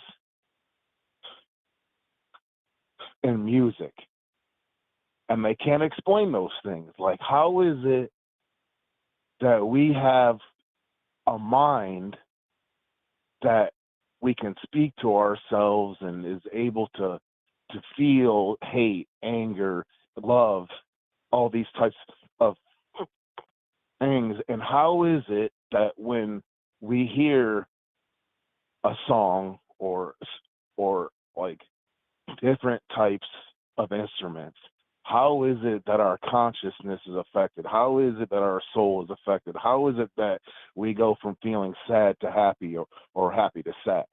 That did not come from nothingness. That wasn't just a bunch of of matter clanging around together, and all of a sudden it just happened to happen. All that speaks to an, an organizer, a perfecter. The fact that our gravity is not too high, it's it's exactly how it's supposed to be. I can go into just all the animals and just, I mean, if you look at the human So, eye, you know what I mean? If you look at the human eye, it speaks of of a creator. Jeff wears glasses. Jeff needed human intervention for these eyes that you're saying are so intricate so that he could see at the same rate that I could. Like now, I mean, I think eyes are great, right? But I just want to slow down just a tad bit because where we started was there was a painting, so therefore there Right? must be a painter. And what I was trying to get to is the only reason why you're saying that is because you know that paintings don't just exist. If you're saying because we have something, which is this universe that you believe is fine tuned and believe is, you're making the argument of fine tuned or teleological argument. Um, my question then becomes, are you saying that the painter is eternal and was not created?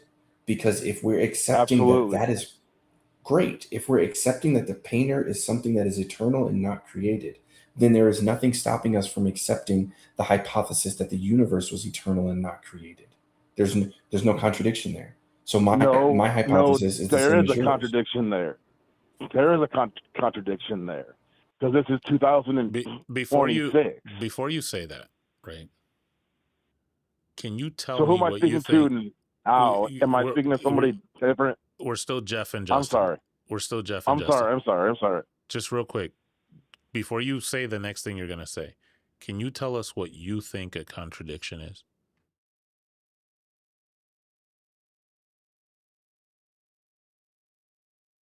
you're asking me what I think a contradiction is?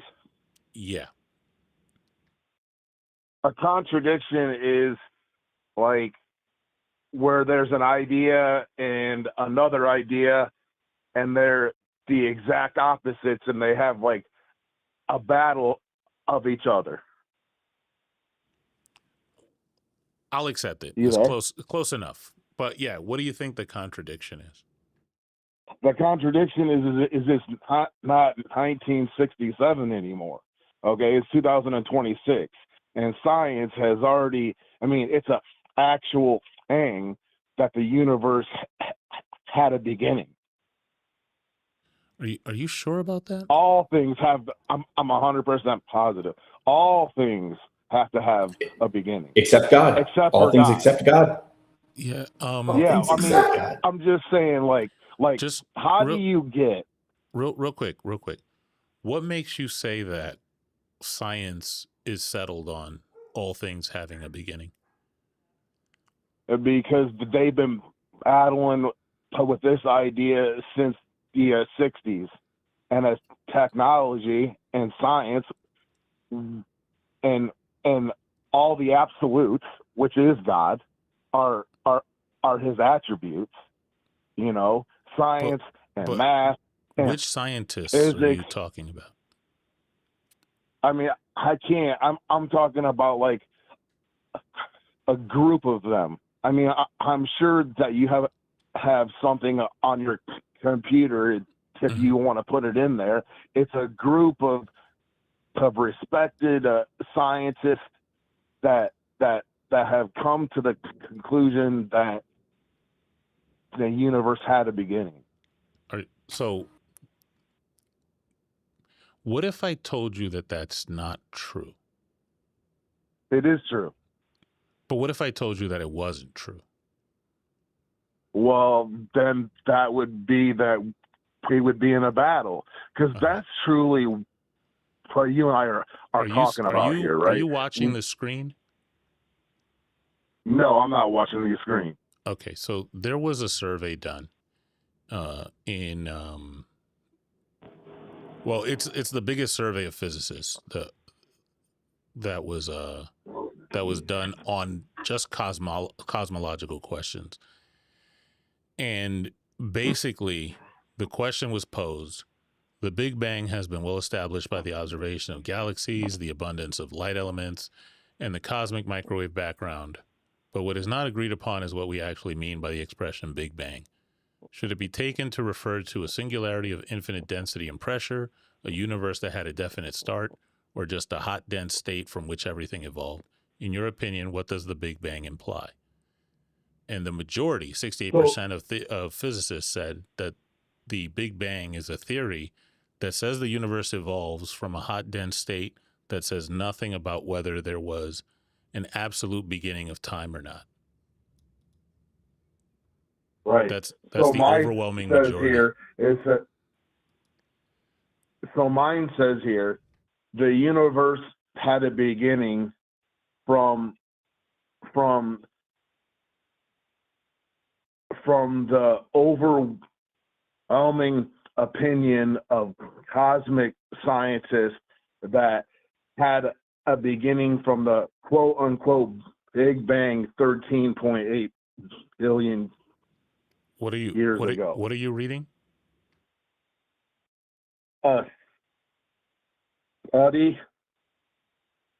What's the title of the study? I'll put it up on the screen.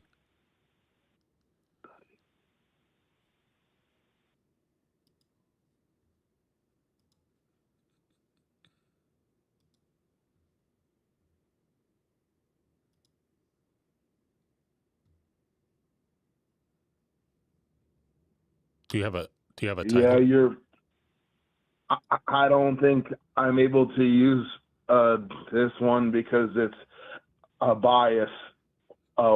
It's a biased one. Well, no, that's okay. Like, we could just take. Yeah, we'll still take a look at it. Well, it's a Christian Research Institute, so it's not going to have any. I mean, I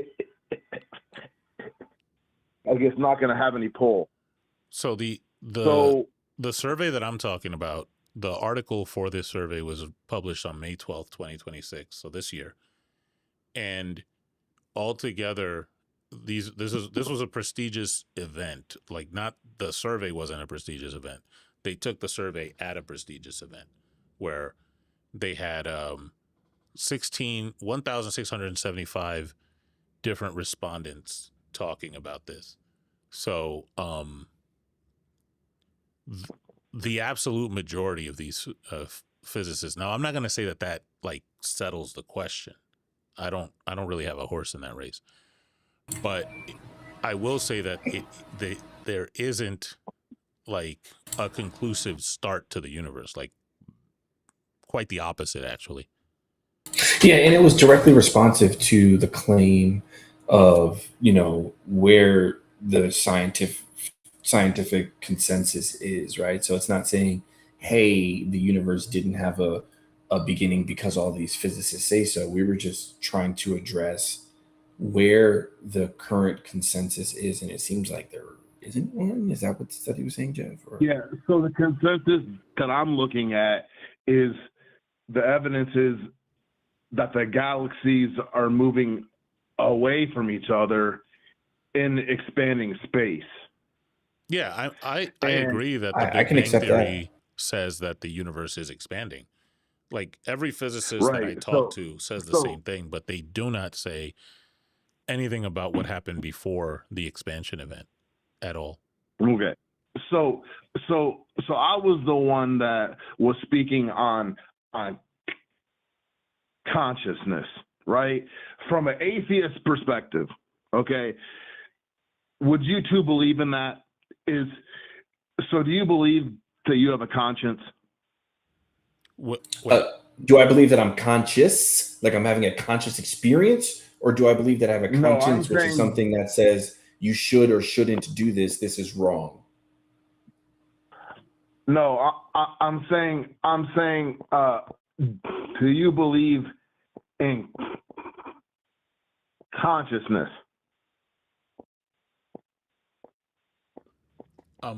To be honest, I'm a little agnostic to it, but I'm willing to like engage with it if it moves Right. the conversation forward. What I mean by that. So what I mean by that is, are you aware inside like I would call it a soul or our consciousness, our mind, our spirit? Are you aware of your own thoughts? I'm not sure what's being asked there. Look, if what you're saying, I'm just asking if you believe in consciousness. well, if what you're saying is, am I self-aware? Am I aware of myself? Right. Right. I'm willing to like just colloquially say yes, sure. Right.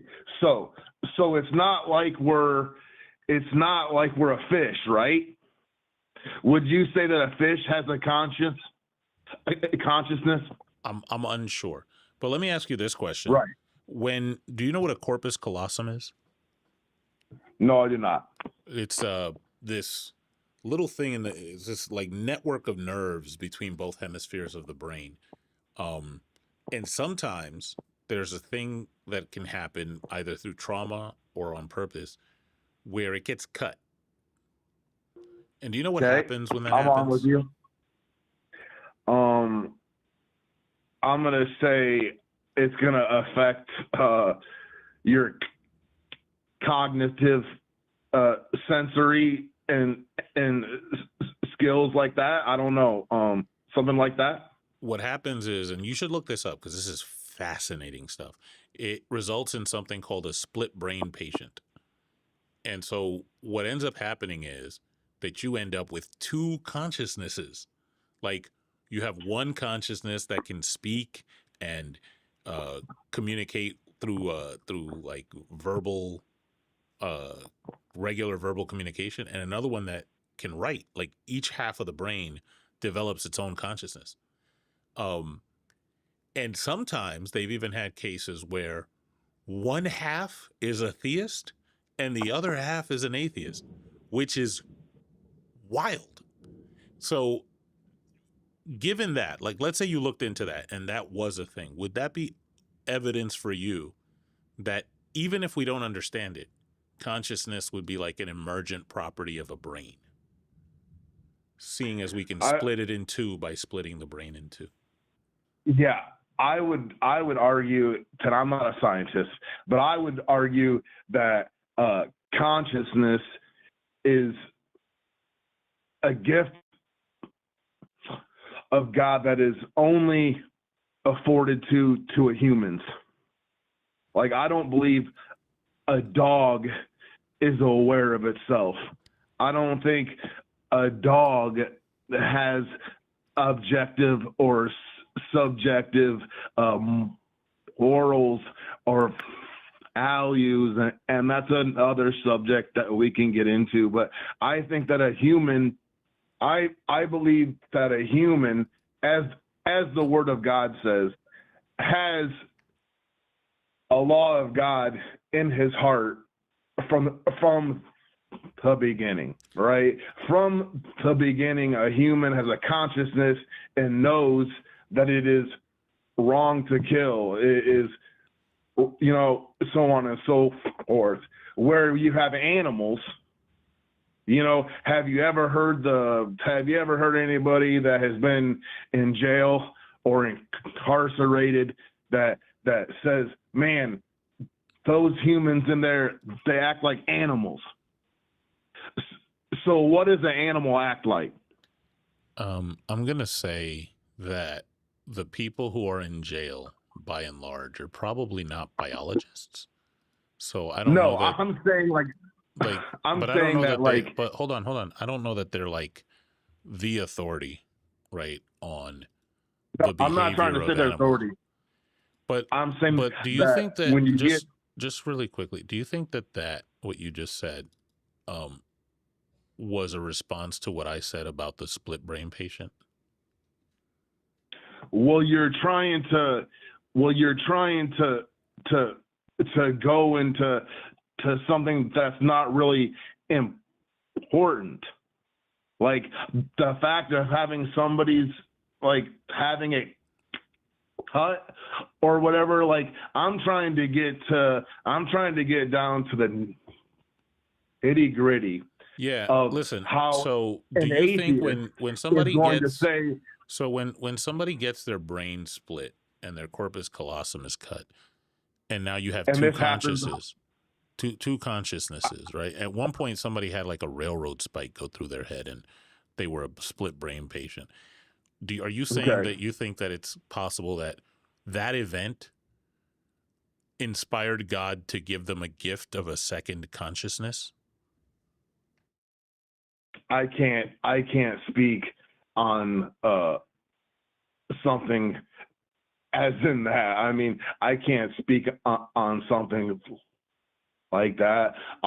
I'm merely saying that the consciousness of humans, like how we have a mind, how we have a soul, how we have a body, all three are separate, but yet they are one.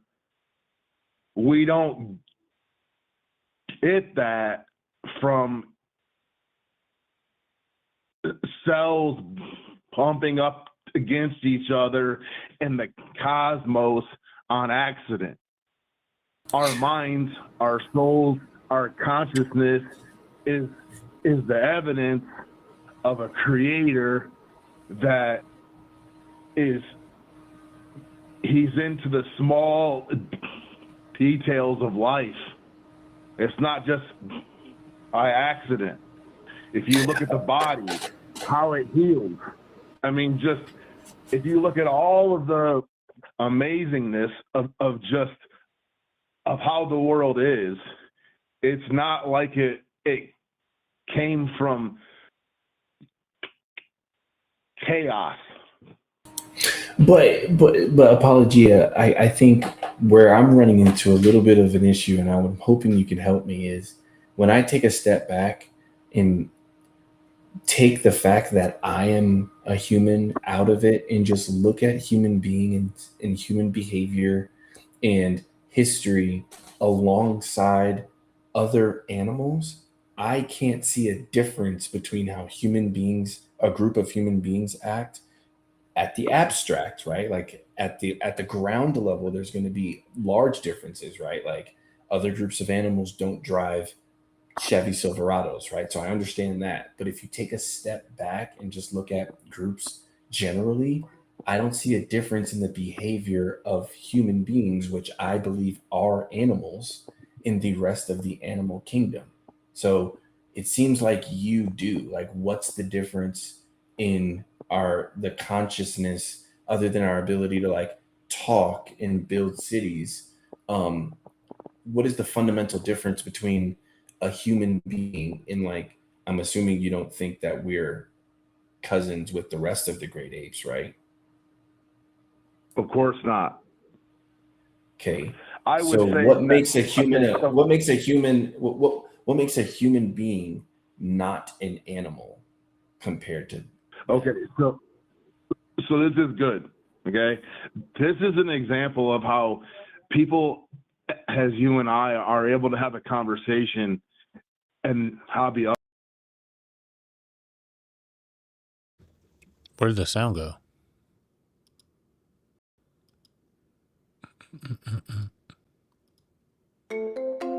You are connected as the host. Welcome, host. You are now in the host room and can manage your callers from the call-in studio web interface. Sorry about that. Apology. You should be able to hear me now. Can you? We is lost you for a something second wrong? there. No, you're good, but we lost you for a second there. Can you keep going from where you left off? So what is the last thing that you heard? I heard humans are made in the image of God. Yeah, that was the last thing I heard too. Okay. Okay. So the difference between animals and humans is number one, that they're made in the image of God. Secondly, humans have a moral accountability. Second is humans have reason. Animals have just a natural instinct. And if I were to ask you, as an atheist, okay, what is the difference between like human reason and the instincts of an animal? Are they the same? I would say some animals have better instincts, demonstrably better instincts than humans do. The reaction time of a jaguar dwarfs anything that a human would be able to replicate. Okay. The turning ability of a kestrel or a hawk as it's diving on its food is leagues and bounds better than anything that I will ever be able to do. So that's what I'm saying is like it sounds like we're privileging certain parts of being a human, but if you compare that to the rest of the animal kingdom, I mean, there are some animals out there that put humans to shame with the capabilities that they're able to do. A chimpanzee is 3 times bigger than an adult human being. A gorilla 5 times stronger than an adult human being. I mean, like it seems like we're picking and choosing which traits. No, I'm saying that the difference between an animal is an animal doesn't have any reason. I'll give you an example, right? How many humans have you ever heard of that have given up existence, have saved other humans who were strangers just because they cared about them? Like, you don't see an animal running into a house that's on fire to save a stranger because they're in. Yeah, That you has do. Because the literally animal. happened. That has literally happened before. What? Yeah. Okay, let me go from a different angle, right? Also, if you look up like what the cognitive reasoning skills are of an octopus, if it wasn't for the fact that they had like a lifespan issue, they could probably overtake us. They're smarter than we are. Yeah, if they were our size, Right. if Okay. octopods were our size with what they're currently able to do with their cognitive capacity, they would probably be smarter than we are. I'm not a right? biologist, so So, I so don't know the science underpinning that, but I've read that in a paper before. I'm just saying, like, um, so do you think? So, so do you think if if if left on their own, that the animals would be able to take care of the earth? We're Yes, not taking care of the much earth. better than us. Like, yeah. Much better than human beings. We're pulling ancient carbon out of the ground at extremely high rates and putting it in the air, creating a greenhouse effect on our planet that is going to. We are in Okay, a super okay. El Nino, brother. There is a super El Nino Hear this me, year. I don't know if you guys are hear me, tracking that, but hear me, hear me. That's the answer I wanted you to say. I agree with that. So why aren't the animals in charge? They are. we The are the animals are in animals that charge? are in charge. Yes, we are Homo sapiens. We are apes. But I wouldn't even think that we're like the animals are in charge. We're the ones that are not. That's actually a better point. That's a better point. Okay.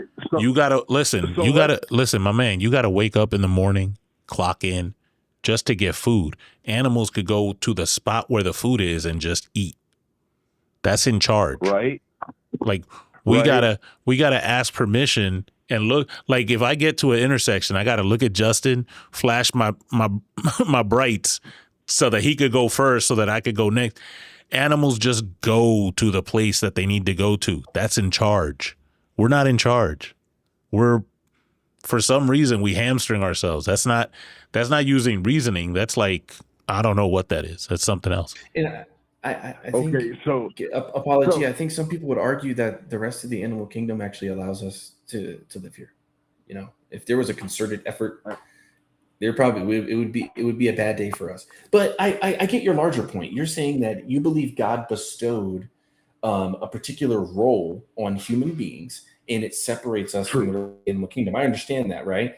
I think where Jeff and Right, right. I would respond to that is saying, then the question becomes, do we have a good reason to believe the Bible when it says that, right? Like, and originally when you came up here, you wanted to I assumed or I thought I heard you wanted to prove God is real, and you said, look at teleology. I think you mentioned the trees. Look at the trees. Look at everything is perfect. Look at the animal kingdom. Look at the Right. separation. But for that to be true, we have to assume God is real first. And that is the very thing that we are trying to determine. So your proof Yeah. for God being real assumes God is real to then prove God is real. Do you see how that looks that way from my Okay. perspective at Oh, least? right. And from my perspective, like, let me ask you a question, okay? And I want you to be honest, okay? And I'm not here to I mean, I'm trying to have a responsible conversation, but I used to be you. I know that I'm not going to be able to give you any evidence that is going to change you, right? So I would ask you, and this is out of love, okay? If the God of the Bible came into your room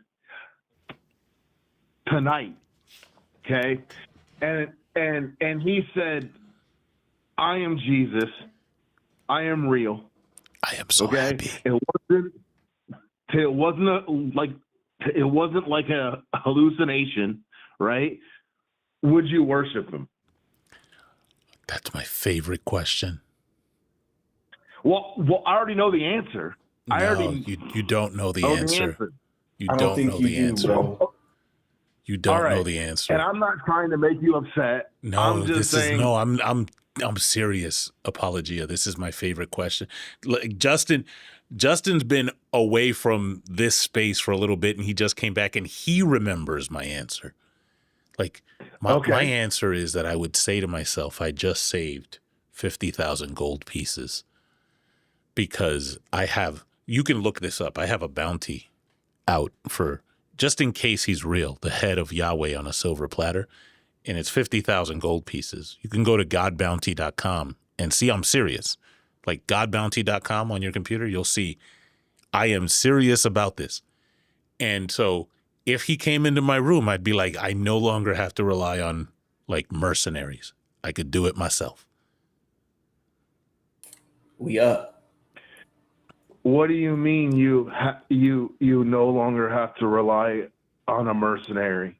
For his head on a silver platter, I could do that part myself. I don't have to pay 50,000 gold pieces to somebody else to do it. So you're saying, that you think that you could slaughter an eternal, someone who's eternal? Look, is that what I'm hearing? What you're about to tell me is that Bruce Wayne with prep time can beat up Superman. I'm not interested in that. I'm interested in the head on a silver platter. Like, well, the next part is going to be comic book talk. I'm cool with that. But just know that just on one chapter of the Bible, just on Numbers 31 alone, if God, Jesus, Yahweh, Hashem, whatever he calls himself these days, if he goes into my house, we squabbling. We squabbing like we squabbling up immediately. Yeah, and I live in a house full of grapplers, so you're gonna be trying to shoot double legs, get submissions. So you're talking about slavery? No, Numbers 31 is pedophilia, but that too. But just the fact that like he looked at an army full of his people that killed men, women, and male children, kept virgin girls, started splitting them up, and instead of saying, "What the hell are you doing?" he said, "Make sure I get my cut." We gotta fight.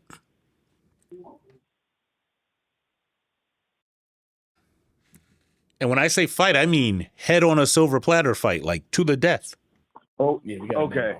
I'm aware of Numbers 31 now. Okay, so are you familiar as far as that whole chapter, as far as like a reference? More than you know. So let me ask you this question, right? And I love you. Were those people that God slaughtered, were they wicked? No. So who were those people? Do you want to know why God slaughtered them or ordered them to be slaughtered? Because they were sexually immoral. No, they weren't sexually immoral. So why did he have them slaughtered? Because his people, in your opinion, because his people in Numbers 25 went to their town to go sleep with their women, and he didn't like that. So he made them sick and killed a bunch of them, and then said, "Hey, because they allowed my people to go sleep with foreign women, my gift, my punishment to them is going to be foreign virgins." So when I asked you if they were sexually immoral, you said that they weren't. They weren't. The Israelites were. They were at home chilling. The Israelites went over there and worshipped other gods. The Israelites went over to Moab. It's the Midianites. Yeah, there's the Midianites in Moab. The Israelites did the thing. They were just cooling in their town. They were minding their business. Okay, so let me explain to you this. So God slaughtered those people because to use Israel to punish the Midians for seducing the Israelites. And as punishment, mind you, the men and the boys didn't do squat, but as punishment, he gave the Israelites a bunch of virgin girls. So let me ask you a question. it, if God is real, okay, just say he's real, right? And he created you and me, right? Does he have the right to do with us what he pleases? Now we are in a different place, right? Like I would say no, No, I'm just saying, notice like, what just the way that you're talking, but notice you're what just saying happened. that these people are innocent. Yeah, but and they're notice not what just innocent. no, but notice what just happened, right? We went from he's justified to who cares if he's justified? He could do whatever he wants. He's allowed I would to say do no. it. Well, I'm trying to go from like a beginning. You know what I mean? Like people think that the people that God slaughtered in the Holy Scripture, that they're innocent and they are good, and they're not. You know what I mean? And I would go to say, I know in Scripture that God has like innocent high standards of children, right? Of like the sodomites and of Tyre and Sidon, you know, where obviously the small children were not in sexual sin. And I believe as a Christian that those people are in heaven. You know, like when God orders the people of Israel to kill say the Assyrians, right, who were sacrificing children on the altar of fire, right? There were innocent children there that were slaughtered, and by I mean they were innocent, I mean they were not to the point of accountability before a holy God. What I'm saying is when God is exercising judgment in the Old Testament, he's not exercising judgment as we're talking about here on people who are innocent. He's executing judgment on people who are sexually horrible. Yeah, but you know that's what I'm not saying? that's not true though. How not? The men and the boys didn't do squat. Look, even if you Right. say, hey, the women seduced the Israelites, which by the way, so what? Right? Like whoopee-doo. But even if you say they like it, of course. no, I'm saying like even if you're a theist, like so what? Like the Right. women don't really have rights in those days. You know what I'm saying? Well, I get that. I mean, I wouldn't say they don't have, like, under a holy God, everybody has some rights, but Yeah, but under a biblical I can see what God, you're saying. they don't, right? Like, I mean, those people were of a Jewish type, you know what I mean? And like, so let me ask you a question, okay? And I don't want to take up all your time. I think this has been I'm not paying attention. I'm sure people are hating on me on your channel. no, you're good. And that's okay. But from an atheist, right? And I know you probably had this conversation a million times, right? If there is no God, Mm-hmm. what is your life worth and my life? If there is no God, why not slaughter people? Why not do whatever we want to do to be happy? It looks like if I enjoy hurting others, okay, mm-hmm. and I'm not trying to make you upset, okay? If I enjoy, hurting others from an atheist perspective, how am I wrong? Well, it looks like if God is real, he can just send you to hurt people, right? Well, it's kind of like when I was talking about the Assyrians, right? It all depends on what you were talking about, because but he can. Just to be fair, right? Like he can just send you to kill people, right? Absolutely, like as the Assyrians, right? He judged the Assyrians and he judged the Amalekites, right? Mm-hmm. He sent the Assyrians to kill the Amalekites, right? He judged the Amalekites, and then he goes back and judges the Assyrians, right?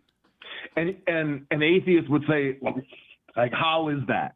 And I would say that God is a potter, and we are a pot. Yeah, and he's able to create a pot for whatever he wants. You're willing to say he could do whatever he wants. I'm going to say, Absolutely. right, like that if you subjugate people historically, your head ends up in a basket. And so I don't know about right and wrong. I don't really discuss things in those terms. I think it's kind of silly for me to just say right and wrong when somebody could just go, nuh-uh, and I disagree, right? But I will say, hey, if you're subjugating people, eventually they're going to chop your head off. And if you don't want that, then you probably shouldn't subjugate people, right? Yeah.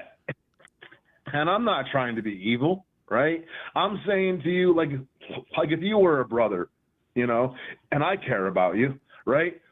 What would it like? But if I'm your brother, let's say God was to tell you that he judged me and he needed you to run me through with a sword. Yeah, but he would never say that like that. Of course he do. Of course he would. No, that's a Muslim speaking there. Hey, Isaiah 13 literally says that in the day of the Lord, that is referenced by Jesus in the book of Matthew, the sun will no longer give its light, the moon will darken, right? All of that.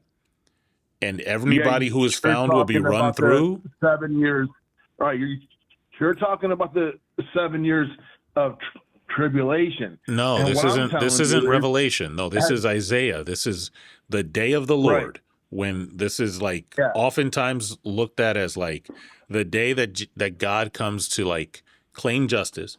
Anybody who's found will be run through. Their children will be dashed upon the rocks. Their houses will be plundered. Their women will be raped. Right. That's a future tense. And this That's is something good, right? So yeah, totally. I see what you're saying. So from an atheist perspective, where is justice? Well, how do we get justice? Justice is a term that's defined. It's very easy. Like you get what you deserve. So like if you steal something, you should give the thing back.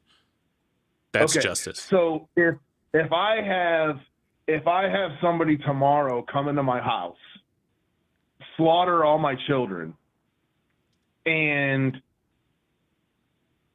I have 5 children, what is justice of that? As a human, he goes and he gets the lethal injection, so on and so forth. Do you think that a murderer, by giving up his existence, is that justice? I don't think so, no. Right. So how do we get justice outside of God?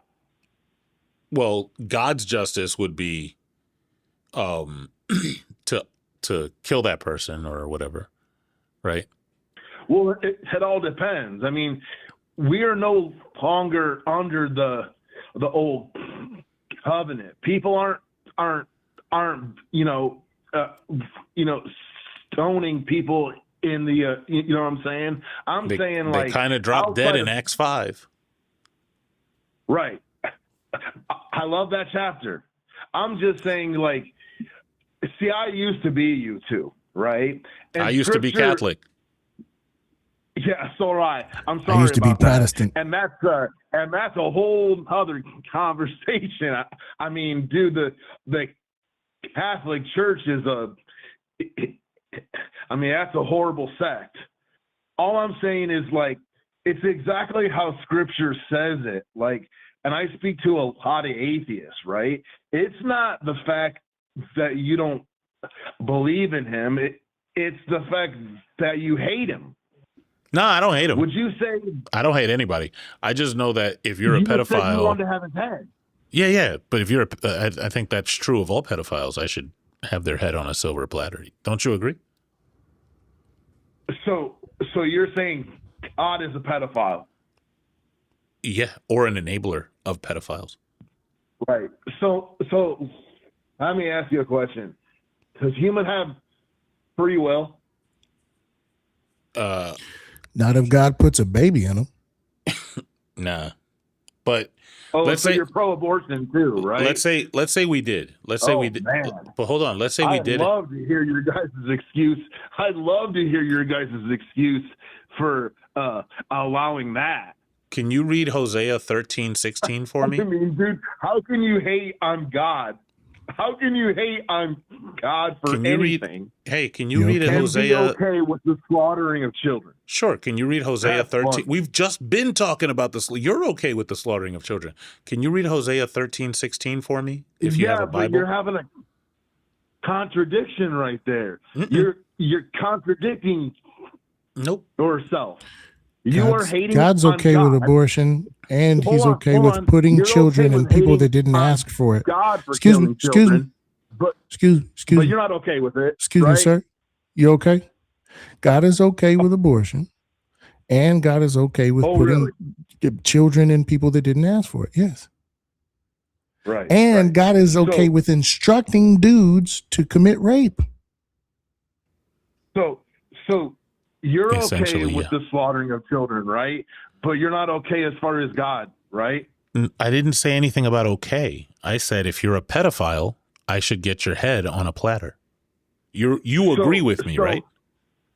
So if I have a wife and she gets impregnated on accident, right? And say we're like 4 months along. Remember what I said. I said Is it okay I want for me to kill but that hold child? on. I didn't say anything about slaughtering of children. I said if you're a pedophile, I should be able to have your head on a platter. Right. And you agree, And I'm correct? asking you.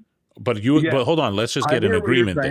saying. Do you agree with me? Well, you're saying that God is a pedophile. I'm just right? asking And if you I'm agree. telling you Hold on. that it Hold was on. not I don't him know. himself. Listen. Hey, wait, hold on a It second. wasn't him doing Hold it. on It a was second. Bud, Hey, can you focus? I need you to focus on what I'm trying asking to. you and stop running away from the question. Do you agree that a pedophile's head should be on a silver platter? Yes or no? Of course. Okay. Of course. Cool. Right. How about enablers? But- How about people who enable pedophilia? Should their head be on a silver platter? Absolutely. Dope. Absolutely. All right. So then we're in agreement. Okay. So should people that slaughter children in the womb, should their head be on a platter? No. See what I'm saying here? But that's God- not God pedophilia. doesn't- Do you see how atheism falls apart with just that one? I mean, that is Wait, the wait, most hold on. ridiculous thing ever. God thinks it's okay to slaughter children in the womb. Hey, have But- you ever? But have you also, ever had- listen, hold on. Having somebody take back control of their body when they have a foreign object in their body is not the same thing as sweaty soldiers who just slaughtered an entire village, haven't even bathed yet, dividing up little girls that they just inspected to make sure that they were virgins, and then deciding this one's mine. I'm going to bring her to my house, strip her of her clothes and put her in like some cloth, shave her hair, trim her nails, let her mourn her family for 30 days, and then I'm going to, as the Bible so eloquently puts it, go into her. Those are not the same thing. Yeah. So what happened to those people in Scripture that did that? They're following the will of God. No, I'm saying after all this was all done, what happened to all those? He blessed them with abundance. Yeah, they have No, a he did not nice bless young, them. they have a Leonardo DiCaprio aged wife. I would like you to explain to me, right? Okay. Say I agree with you. Okay. Uh-huh. Tell me how it's right to kill a child in the womb. Sure. If somebody is inside you and you don't want them inside you, you should have the ability to get them out of you. By any means necessary. And you're saying that from the authority of A person's body. Okay. So let me ask You a are question. you are If I have against a daughter, apologia. You I are hear what you're against. saying, Hold on. bro. You are against. Hold on. You are against rape, right? right? And Okay. that's where I'm and so going, when somebody brother. is That's when where I'm somebody going right when now. somebody's inside you, and you don't want Right. them inside you, you should be able to remove Right. them from inside you, right? Right. Right. So say I have a daughter. Uh-huh. Say she's raped. Right. Say No, she no. gets impregnated. Wait. No. Hold on. Just Hear listen me. listen Hear to me. what I'm listen. We don't I even let have to you go that speak. we don't even have to go that far. If someone is inside you and you don't want them there, you should be able to get them out of you, right? No.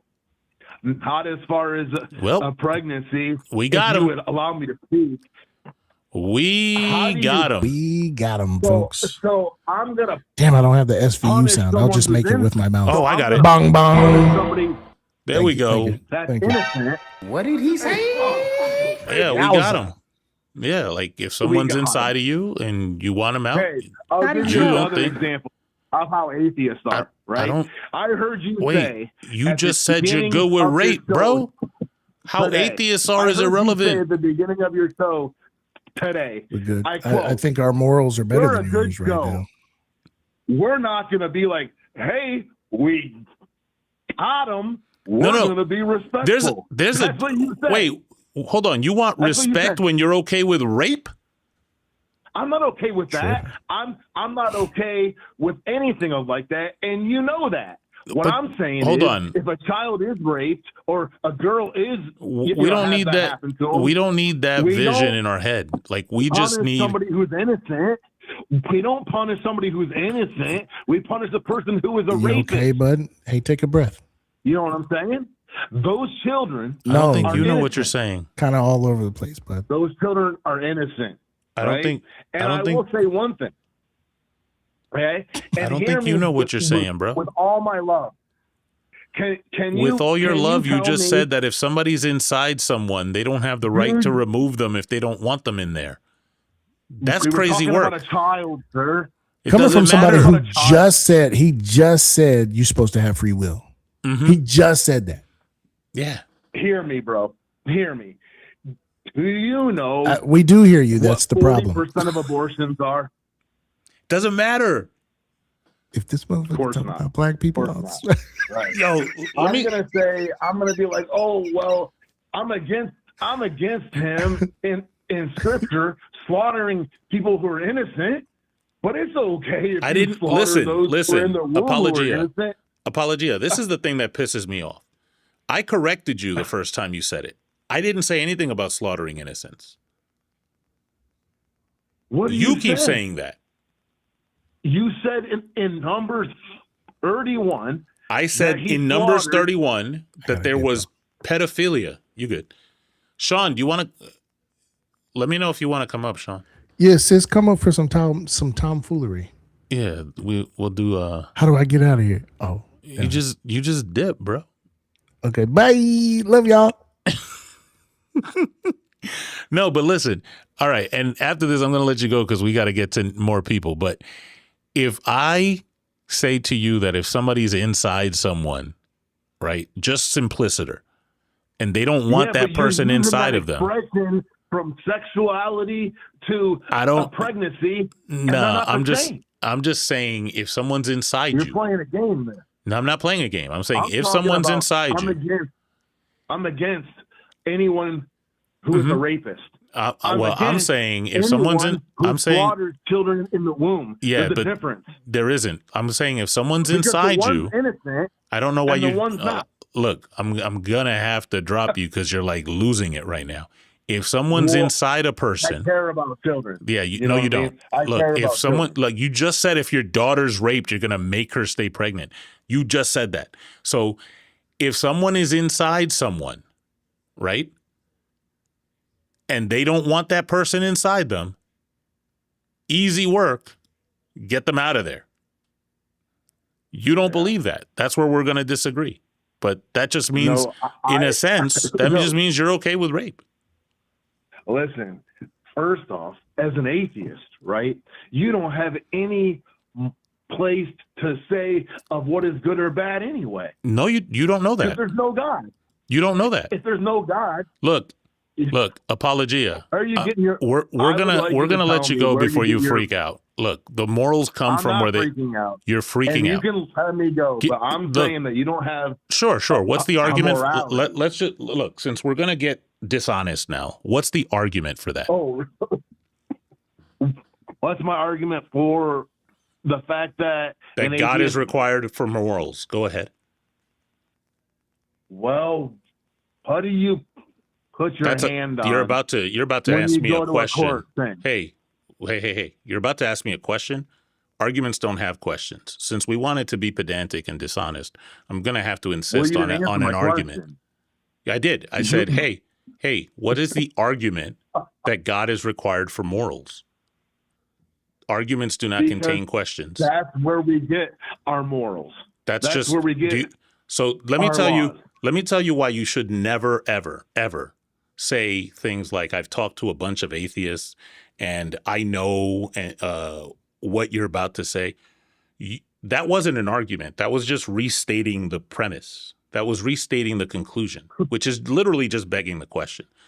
So I can have a conversation with somebody just on a regular, natural language and not make it all technical. But if you're going to say things like what you said in this conversation and then try to say that I'm playing a game when you literally do not have an argument for your claim, you're going to know that it's going to be embarrassing when I ask you for an argument and you don't have one, right? You did the exact same thing I did, sir. I asked you, where as an atheist do you get your morality? And you said, oh, why do I tell me how I have to have a God to get morality? Well, first of all, thing. this is why you don't listen, right? I said I typically don't. You're going to interrupt me again, right? I'm not interrupting. I said that I typically don't use terms like right and wrong, right? I'm on record as saying that I think the idea of morality is kind of like incoherent. People are just taking things they value and slapping the word moral on top of it, like what you do, right? But if you're going to say to me that the entire field of meta-ethics, normative ethics, and applied ethics requires a God, you got to come with an argument, like a pretty strong one, because it's a pretty robust field. Now, I can go to people like Lance Bush and have a conversation and say, hey, I think normative ethics are incoherent and here's why. And I think we should approach it in this way and here's why. But I would have an argument. You're just saying we get our morals from God. Why? Because we get our morals from God. That's not an argument. And you saying that, why do we have to have a God to have morals? Is just me? No, Marshmallow Brain. That's me saying, hey, what is your argument for the thing you just said? Okay, so from a Christian to an atheist, okay, from a morality aspect, right? If I enjoy hurting You're about others, to ask me another question. Look, the only thing I want to hear. I'm trying to put it in a perspective. There's no perspective. From this point forward, hold on. You're muted now. Nobody can hear you except for me. The next things out of your mouth are going to be an argument for why God is necessary for morals, or you're going to get dropped. You are now unmuted. Go ahead and present your argument. My argument is, without a God that is telling you and me. He's about to restate the claim, folks, so he got dropped. That's a shame. Very sad. We were having a good conversation, and then he wanted to be like, I don't know, what some people would call a prick. And so you act like a prick. You get treated like a prick. But we have Sandwich here to save us.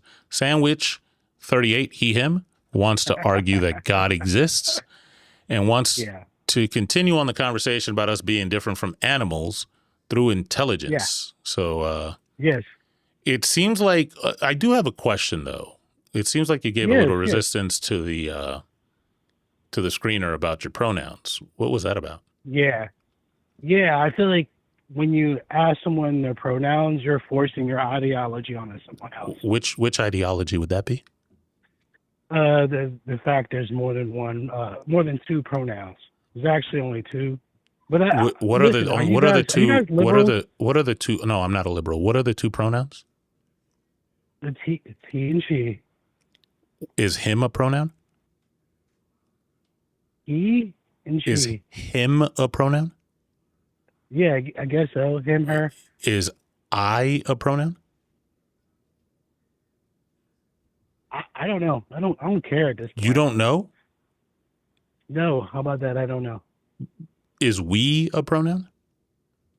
Sure. Is English your first language? Yeah, but I'm not. It's not my best subject. All right, I'm not claiming cool. to be the smartest either. Dope. So Okay. now we've established kind of like a baseline, and you want to argue that God exists. So There you go. You're trying to just discredit. You're trying No, to no, discredit my intelligence. no, I'm not discrediting anything. I'm just saying that, like, Yeah, you are. hold on. I just want to set where we are. Well, the thing that we learned in second grade. You want to set the stage that I'm dumb. No. You're trying to do. Nope. Yeah. Look, that's an ableist term. I try not to even use that term, but I just want to set. I appreciate that. I don't know why you're talking while I'm talking. This is not a good start. So what we're going to do is we're going to start like this, right? Pronouns are a thing we learn in second grade, and you haven't mastered that.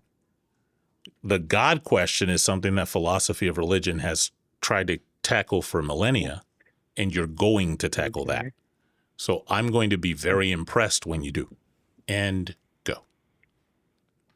Okay, first of all, can I ask a question? Before I get to this, did you vote for Kamala or did you vote for Donald Trump? I don't know how that gets you anything closer to God.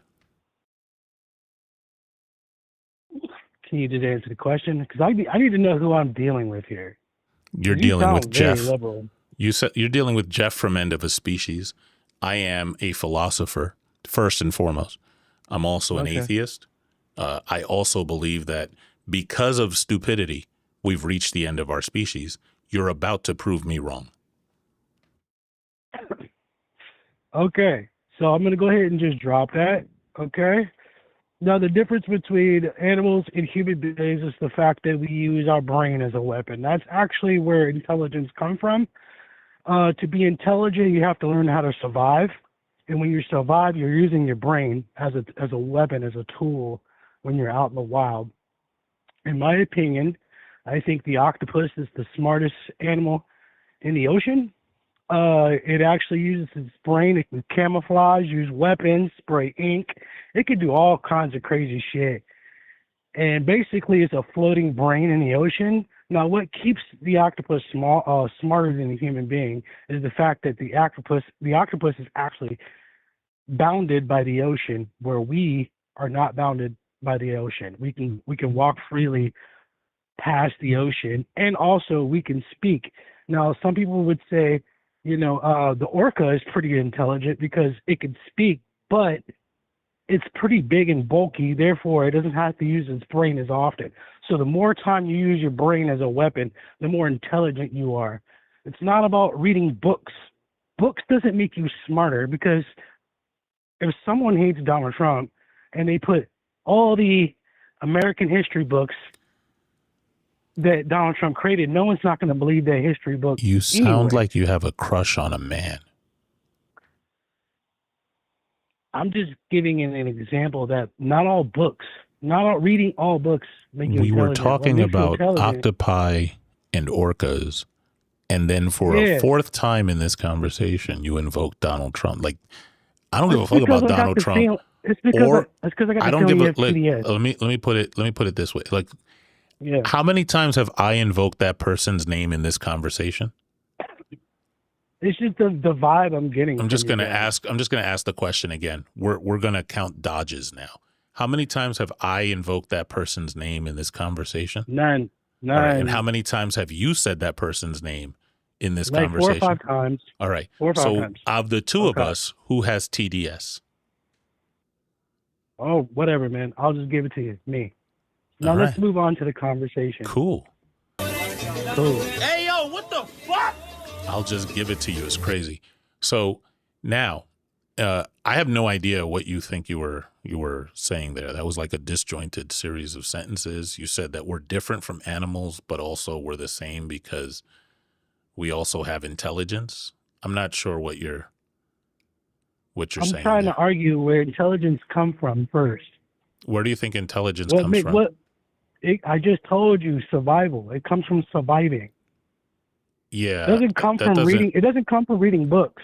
It sounds like you're saying intelligence is used for survival. That would mean that it doesn't come from survival. No, it's not what it comes from. It comes from. All right, the octopus. Okay, in order for it to survive, its environment. Because I get it. It uses intelligence to survive. So then I'm right. It is used for survival. So if it's used for survival, it's using its brain. Okay, so then the intelligence comes from the brain? Yes. All right.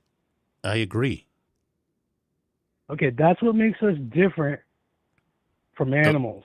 I answered your question. Wait, so animals use their brain for intelligence. What do we use our brain for? Hold up. Sorry. This is playing. We use our brain for it's a weapon.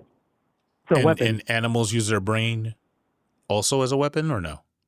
No, like say a jaguar. A jaguar will use its fangs and its claws as a weapon. Wait, that's so their main do jaguars ever set traps for prey? So you're saying that all jaguars set traps for prey? Not all. Don't they just use their teeth? All humans don't use their brain as a weapon. Some of them are stupid. I'm asking if jaguars can set traps for prey. Even the dumbest human being is more smarter than any other animal. That's not true.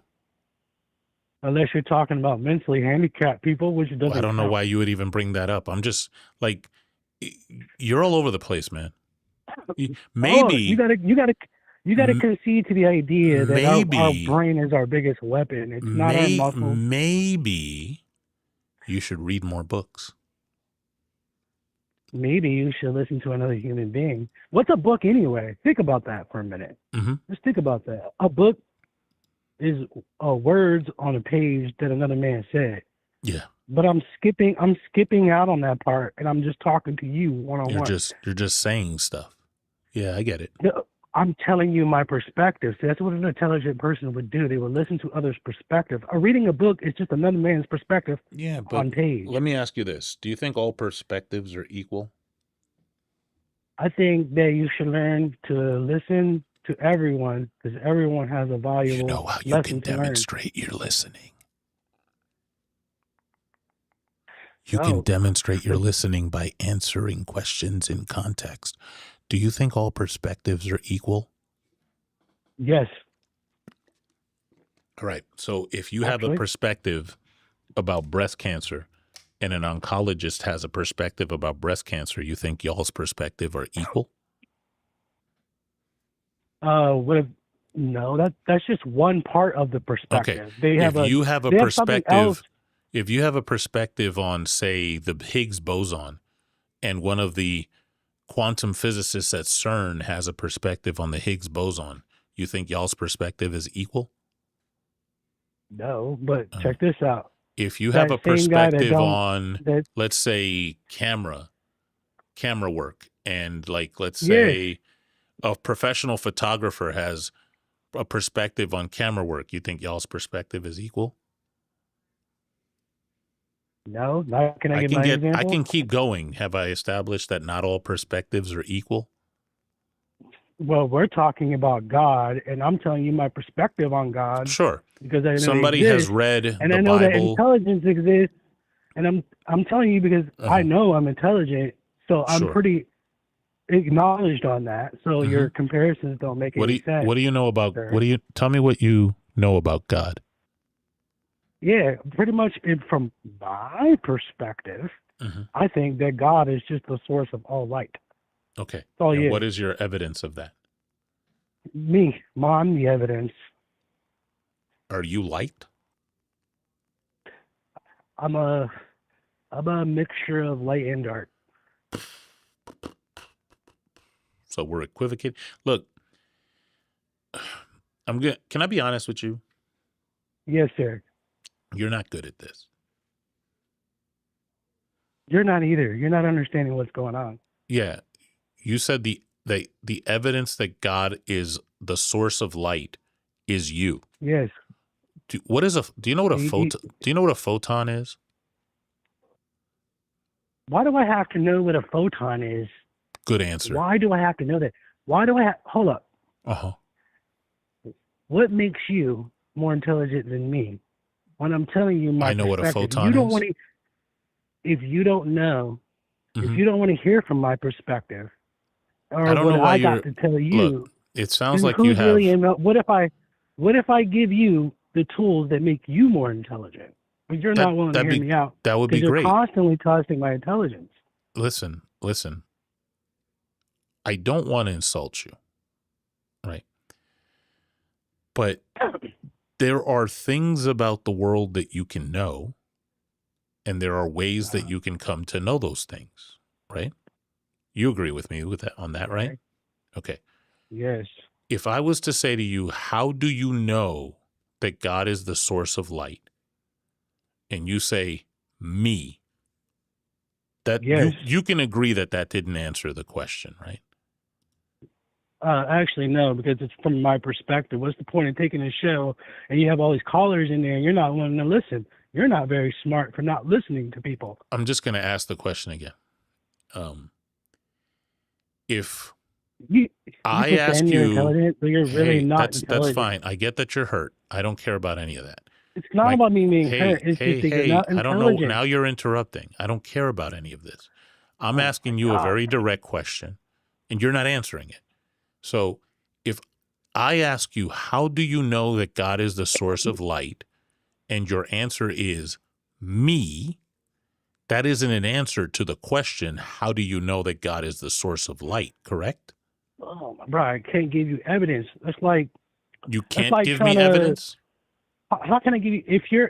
Listen, okay? Reality is like Matrix. It's either you want to take the red pill or you want to take... Yeah. We're not doing that again. We're not doing that again. We got, I'm actually glad that it happened right here in this moment at the 6 o'clock mark, because that's all we had time for. And my man was about to give me the Lawrence Fishburne speech.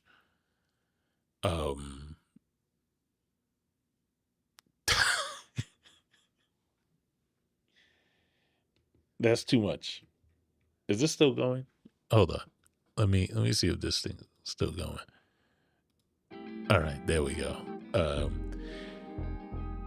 Look, I don't want to be that person. I don't want to be the person who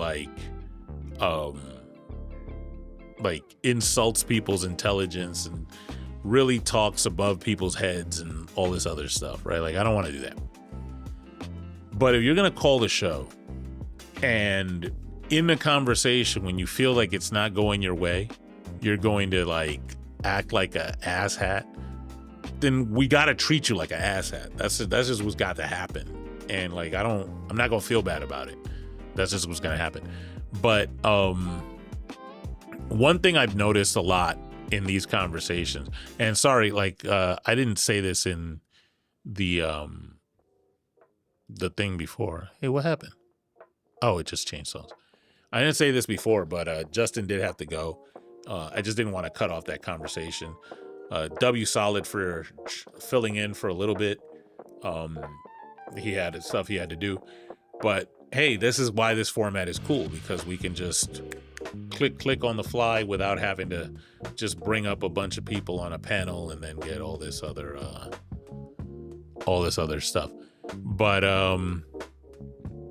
yeah, Dr. Sandwich, I'm so scared of your brilliance in telling me that the evidence of God is you can take the red pill or the blue pill. I believe that next time I look at the Phil Papers or JSTOR, I'm going to find a paper that says just that. Fuck the contingency argument. Have you considered the red pill or blue pill argument? Dope stuff. So, yeah, if you want to jump into the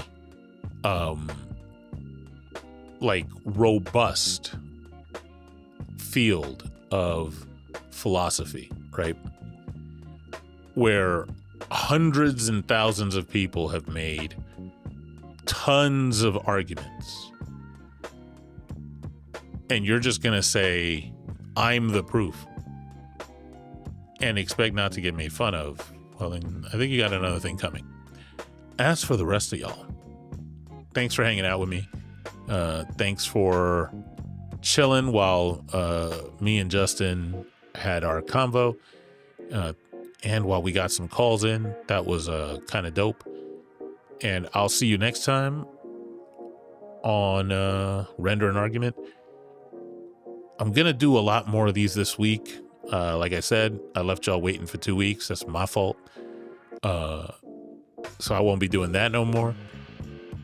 But let's see if we can raid some. You know what? Let's do a cross-platform raid. Who's live on the other app? I wonder.